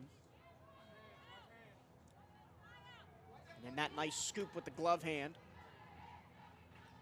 Gant misses her spot. First pitch to Alana Cypress, who's flied out to center and popped up on the infield in her 2 plate appearances. As I mentioned, Gant top 5 in the conference in ERA, 305 coming into today. That one on the ground towards short, and it's bobbled by Murillo. Second error of the game for Jackson State. The Wildcats have a run-out base runner. Lost control there. I think what the Wildcats need to do is focus on the middle. Jackson State's a little bit, Now batting, number they're not 8, aware over there, Josiah and Billinger. it's almost as if it's just wide open. So if they can start hitting towards the middle, that's a great strike zone for them. Well, 3 of the 4 hits the Wildcats have been up the middle. Yeah.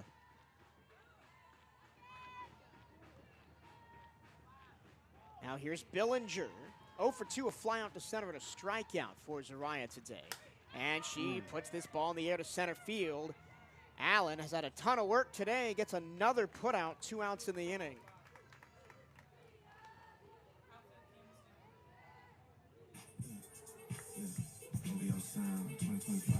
Now batting, number 43, Jessica Alam.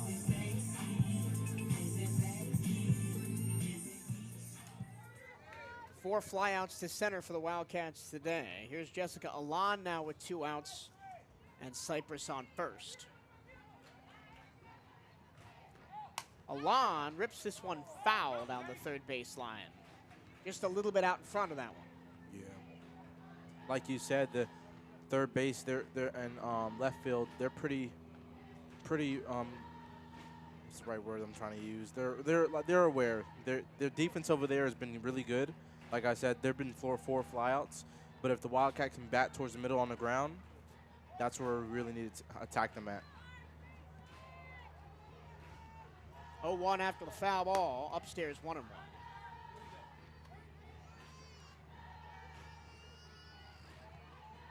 Up towards 85 pitches now for Gantz. She's looking for a complete game. It would be her 8th of the or 9th of the season rather if she was to complete this. That one down low in the shoe tops.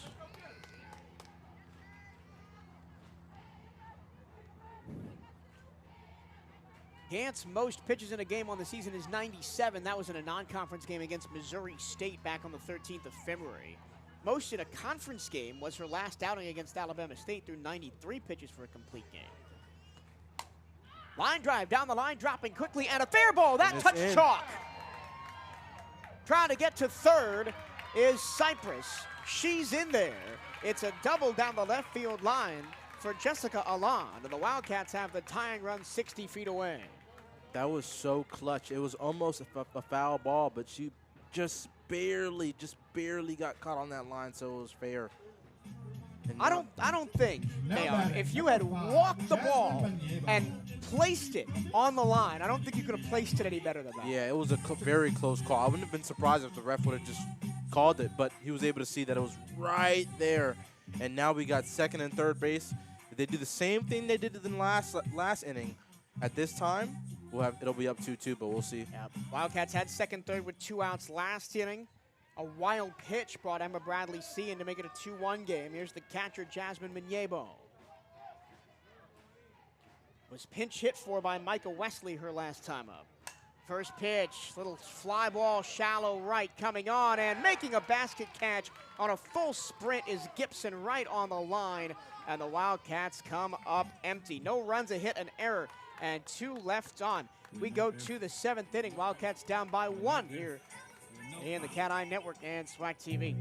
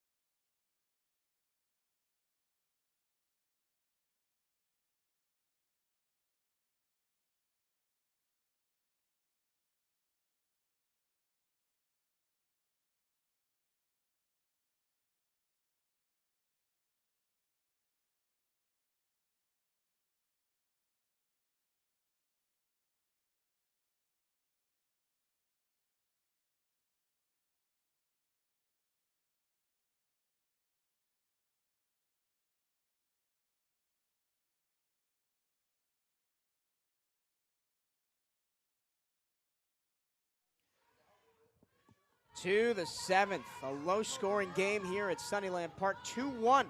Jackson State over Bethune-Cookman. Mia Gonzalez still in the circle. First pitch, ball outside and low. Both teams will have 1, 2, 3 in the order for the 7th. That's Kalaya Gibson for JSU. She is 0 for 2 with a walk. Grounded out to first in the 2nd. Went around on a bunt attempt, and it's 1-1. And then lined out to Jessica Alon. That was the fabulous play to end the bases loaded threat in the 4th. Jay Barquette rejoins me here in the broadcast booth as we close this one out here on the CatEye Radio Network.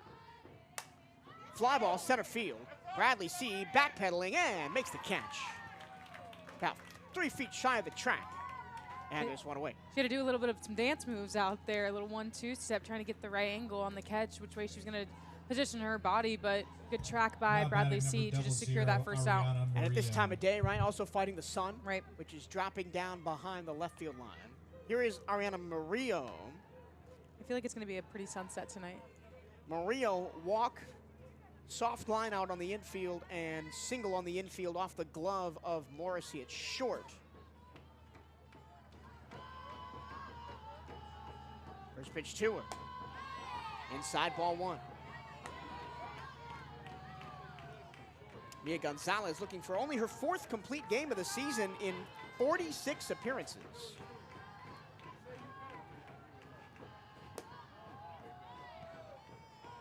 Which just shows you how much Coach Watton has changed things up in the middle of the game between Gonzalez, Sophia Coleman, and Aimi Ishiki. This has been Gonzalez's game. And she's pitched well. Foul off the foot of Murillo, 2 strikes. So I like that they're 1 strike. I like that they're keeping her in because, you know, outside of that first inning, this game has been knotted up the rest of the time, and no one has really had that breakout hit or pitch or moment. I think it might have been Jersey's catch over at second actually was the breakout moment, and that could have swung the momentum Wildcats' way. But Mia has done such a good job in the circle, regardless of situations, regardless of runners on base. So ever since the first inning, if you take the first inning out, right, Jackson State has no runs on 3 hits and just 5 base runners. Exactly my point. Well, Gonzalez and the Wildcat defense have done a great job today. They just started off a little bit slow, and the offense hasn't come along. That one trying to teardrop into the zone, just missed high. 3-1 on Murillo, who's already walked once today.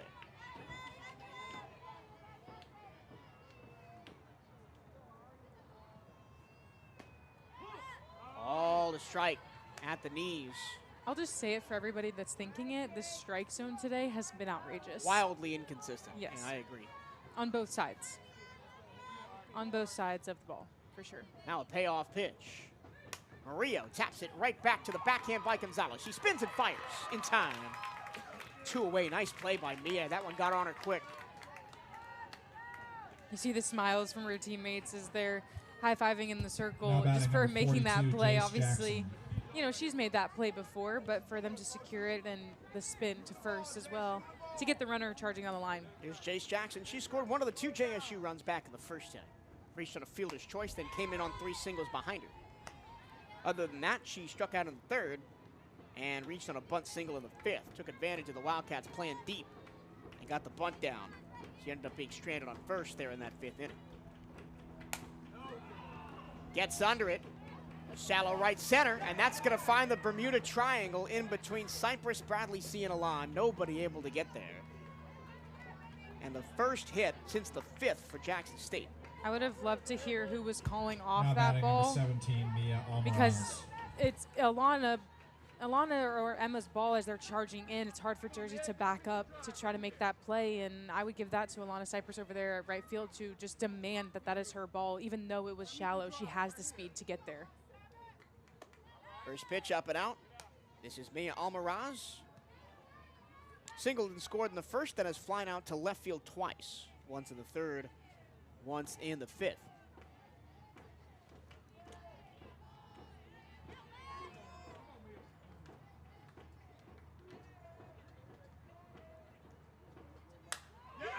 Hit hard, deep to right field, going back, and it's over the head of Cypress and off the base of the wall. Jackson's going to try and score all the way from first. She's there ahead of the throw, and it is 3-1 Jackson State. That was the best hit ball that anybody's had so far today, and it missed being a home run by about 2 feet. And if the wind was blowing just ever so slightly out, that ball would have taken flight as well. A powerful hit right out, right on the wall. Again, and that's the consequence for throwing strikes. That's consequence for pitching good. It's a consequence of fantastic hitting as well and a great approach at the plate. And the Wildcats could have been out of this inning. That one ball just that found the grass in the Bermuda Triangle in right center. And a little, they call it a bloop and a blast. Not quite a blast, but you get the point. Jackson will take it. Looks like a line drive in the box score. Fastball in on the hands for strike one on Gabrielle Willis. Willis had an RBI single in the first, single on the infield in the fourth, was caught out at home in the bases loaded situation. And then flew out to right field in the fifth. Almaraz on second after her RBI double has given Jackson State a bit of a cushion, now 3-1. Count 2 balls, 1 strike on Willis. Gonzalez got to keep her head here and close out this inning, give her offense a chance in the bottom of the 7th. Little inside of the hands called a foul as that hit Willis off the bat before it dribbled out to third base. Checking in on some SWAC scores other places. Second game of the doubleheader is done between Prairie View and Grambling State. Prairie View 15-5 winners. Jeez. As they sweep the doubleheader there, 15-5 and 9-5.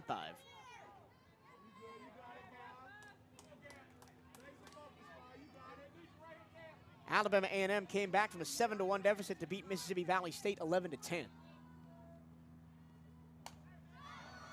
Popped up on the infield. That'll be taken by Reynolds.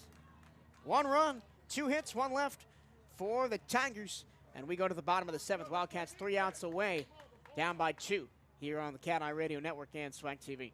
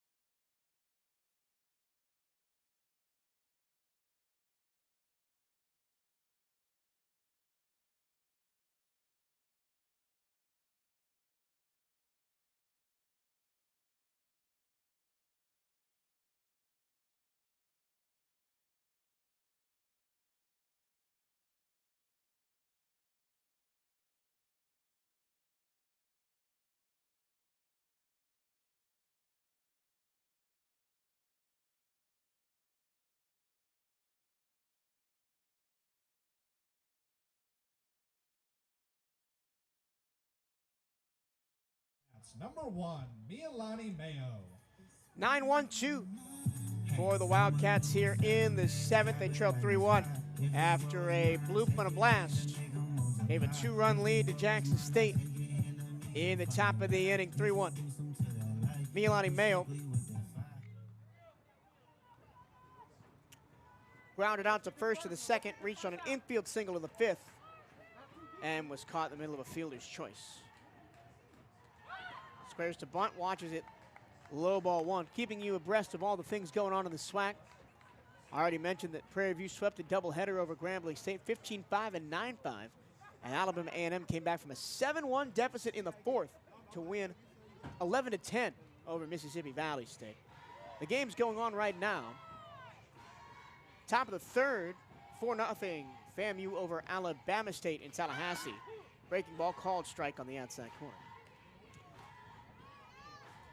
Texas Southern beat Alcorn State in game 1 of that doubleheader. The game 2 is in the, it's still game 1. 1-0 Texas Southern over Alcorn State at the top of the 7th. That's in Lorman, Mississippi. And Southern has a 7-0 lead in the fourth over UAPB. Line drive towards third, backhanded by Murillo. The shortstop throw across the first, safe. As the speedy Mayo beats out the throw. And the leadoff woman aboard for the Wildcats. That's exactly why that's part of the reason why she's in this lineup. Milani Mayo, no matter where that ball is going to hit, she's going to have a burst of speed down the line. A fantastic stretch, by the way, by the first baseman for the Tigers, but not enough to beat the speedy Mayo. Here's Emma Bradley Seabit aboard twice today without a hit, a walk and a fielder's choice. She has also scored the only run today for the Wildcats on a wild pitch back in the fifth. In between, then she struck out back in the third. One of only 2 strikeout victims for the Wildcats today from the pitcher Georgina Grant. Mayo leads off first. First pitch, breaking ball strike at the belt.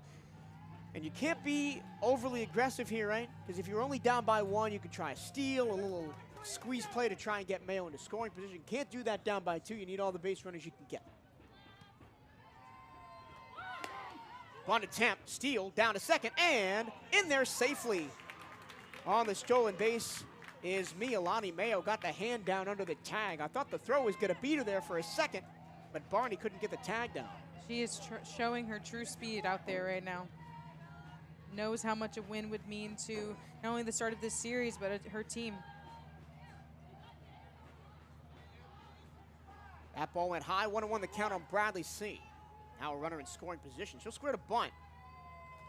Pull it back and try and lift it down the left field line, but it's foul. 1-2. I don't hate the play, right? No. You've got Jackson charging up the line. Gets her away from third. Now with 2 strikes, you got to protect. Bradley see the potential tying run here. In the 7th, nobody out. Milani Mayo on second. Slap foul again into the parking lot. That hits off the Jackson State bus, which has not smartly, in my opinion, decided to park right there behind the dugout. But doing everybody a favor and blocking saving the rest all the of cars them, so we behind appreciate the sacrifice. Yeah. We do. Still a 1-2 count from Gant to Bradley C. Gant trying to get the complete game here for Jackson State. Way outside trying to get a swing and miss. 2-2.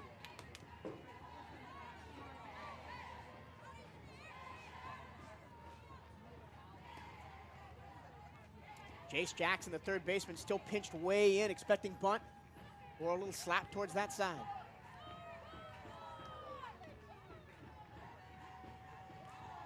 The 2-2 to Bradley C. Lifted down the third baseline, foul again. Just is a little bit late on that fastball, trying to put it down the line.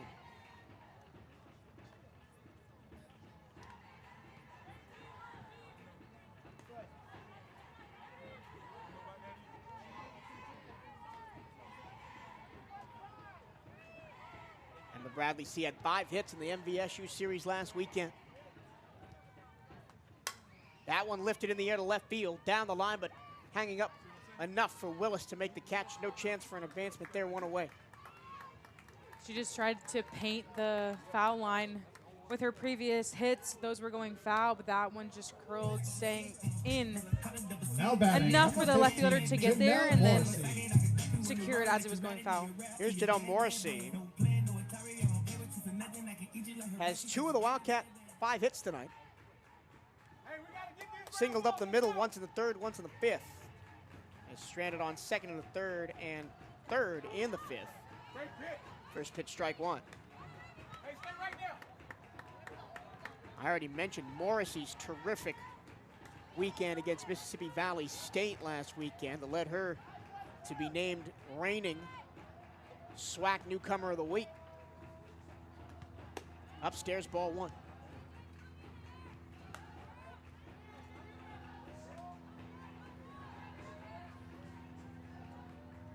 Eight for 13, 3 doubles, 1 triple, 6 RBI, 7 runs, scored 5 steals for Morrissey last weekend.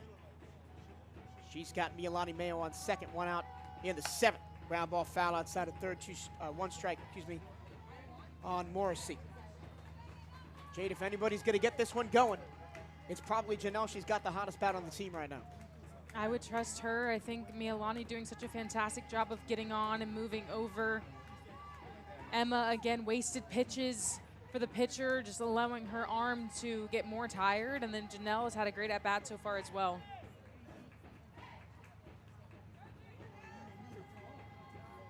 Here's a pitch. Popped up, playable, foul territory near the dugout. And it's gonna hit the top of the dugout.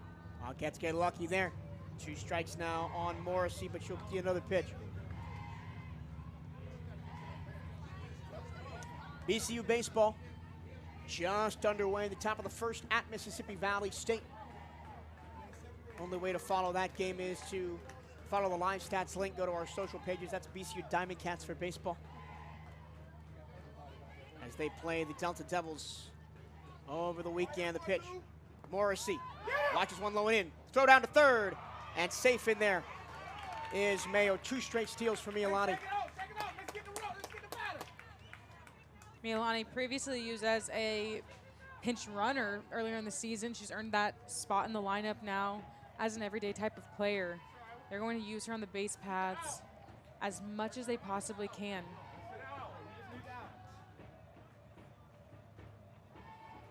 Still 2 strikes in the count to Morrissey. Here's the pitch. Outside tapper, and that's gonna squeak through on the right-hand side. Mayo scores, and the Wildcats are down just 1. And the tying run now on first, with Janelle Morrissey's 3rd single of the game. Strategic, Check 1 2. diplomatic type of softball that Coach Laura Watton is running here in the bottom of the 7th inning. You saw just the plan set in motion and executed to perfection on all of those 3 at-bats. If Emma would have gotten on, it probably would have been absolutely perfect, but for them to get a run in and those 3 runners, massive. Can Queen Tawala potentially, can I say walk-off yet? No, because still down by 1. I mean, a home run technically would walk it off, but Yeah. I wouldn't go that far. Haven't seen that kind of power out of Tawala this year. No home runs on the season. But Tawala 0 for 3. But all 3 at-bats have been in high leverage situations. All 3 of her at-bats have been with runners in scoring position, and she's 0 for 3. A ground out in the first. A ground out to first in the 3rd. And a right strikeout looking to end the 5th. That was the one where she thought was ball 4 inside, and she got punched out. But now with the tying run on first, 1 out here in the 7th. JSU's going to bring the corners in, expecting sacrifice bunt. Hey, watch your hands for it, too. Hey, lock in, ladies. Lock in, ladies. Tawala's already bunted in this game. Did it back in the 3rd unsuccessfully. Swing and a miss. Runner going down to 2nd. Here's the throw. The ball is there. The throw is a little to the right of the bag, but Murillo reached across her body and swept across the backside of Janelle Morrissey, and there's 2 outs. You just have to credit the catcher there. What a throw. Unfortunate for Janelle, who got a pretty good jump. That's the first failed steal of the game for the Wildcats, and a bad time to get it now. Base is empty. 2 outs in the 7th. Tawala now on a 1-1 count, fastball away. I understand the urgency to get the tying run into scoring position, but just a terrific throw by McLean behind the plate. You really have to credit her. Ground ball foul outside of 3rd. Wildcats down to their last strike. Down 3-2 here in the 7th. If this score holds, it will be their 3rd loss to the Tigers this season of 2 runs or less. So close games. They're battling. They're right there.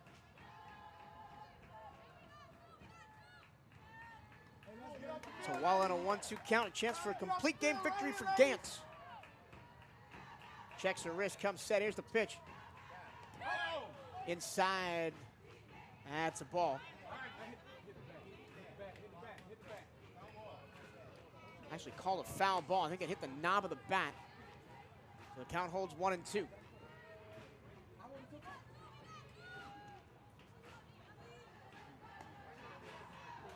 Gant went to the changeup that time, trying to get the swing and miss. Let's see if she goes back there. And the pitch. Fly ball, right field down the line and out of play. So Tawala will see another one. She was late on that fastball. And what a turn of events after that. Janelle Morrissey called out at second, you can see just a deflation a little bit from the Wildcats and just their demeanor, and unfortunate because they were riding such a high there. 1-2 from Gant. Chance to end it right here. Tawala fouls another one off. That one into the bullpen down the third baseline. So the last 3 pitches that have been 3 foul balls to Tawala. Change up in on the hands. Fastball away, fastball in on the hands. And she go back to the change up here. Change speed, try and get a swing and miss.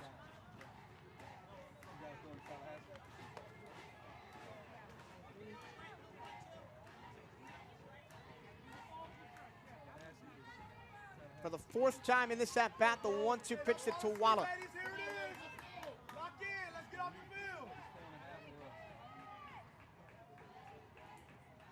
Gant deals. Ground ball, softly hit towards second, fielded off the wrist of Barney. She underhands the first, and that's it. Wildcats will come up short. Final score 3-2. That's the end of the ball game, the final score. And after that first inning, it was really a battle, and I think this is the tale of two different things. I think obviously a defensive and very pitcher's duel type of battle, and credit to both pitchers for these 2 teams. They really held it down in the circle for either side, and I think Jackson State just allowing to hit runs in. That's really the difference in this one, is getting those runs all the way across to home. Final score, Jackson State 3, Bethune-Cookman 2. As I said, 3rd game that the Wildcats have lost by 2 or less against Jackson State this season. And that, I really come back to the play in the top of the 7th that was a little bit of confusion in the outfield with 2 outs, allowed Jace Jackson to get on, and she eventually came in on the double on the very next batter, and that was the difference in the game. Yeah.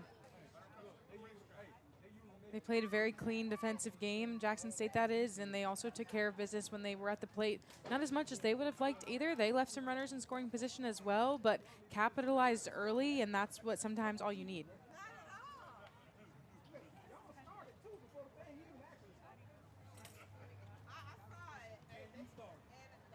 That'll do it for this one. Jackson State, 3 runs, 8 hits. They committed 2 errors and left 7 on base. 2 runs on 7 hits for the Wildcats. No errors. Very clean defensively, but again, not called an error, but that defensive miscue, communication in the outfield really cost the Wildcats late in this one.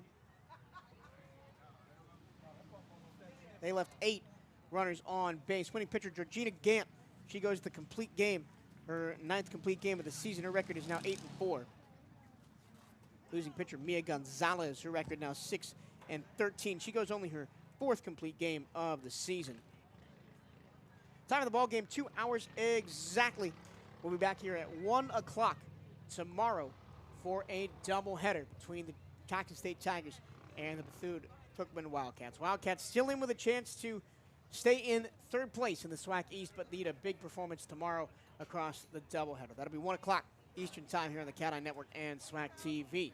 For Dayon, thank you so much for joining me today. Jade Barquette, as my name is Michael Torello, for entire Wildcat crew here at Sunnyland Park. We'll see you tomorrow. And as always, hail Wildcats.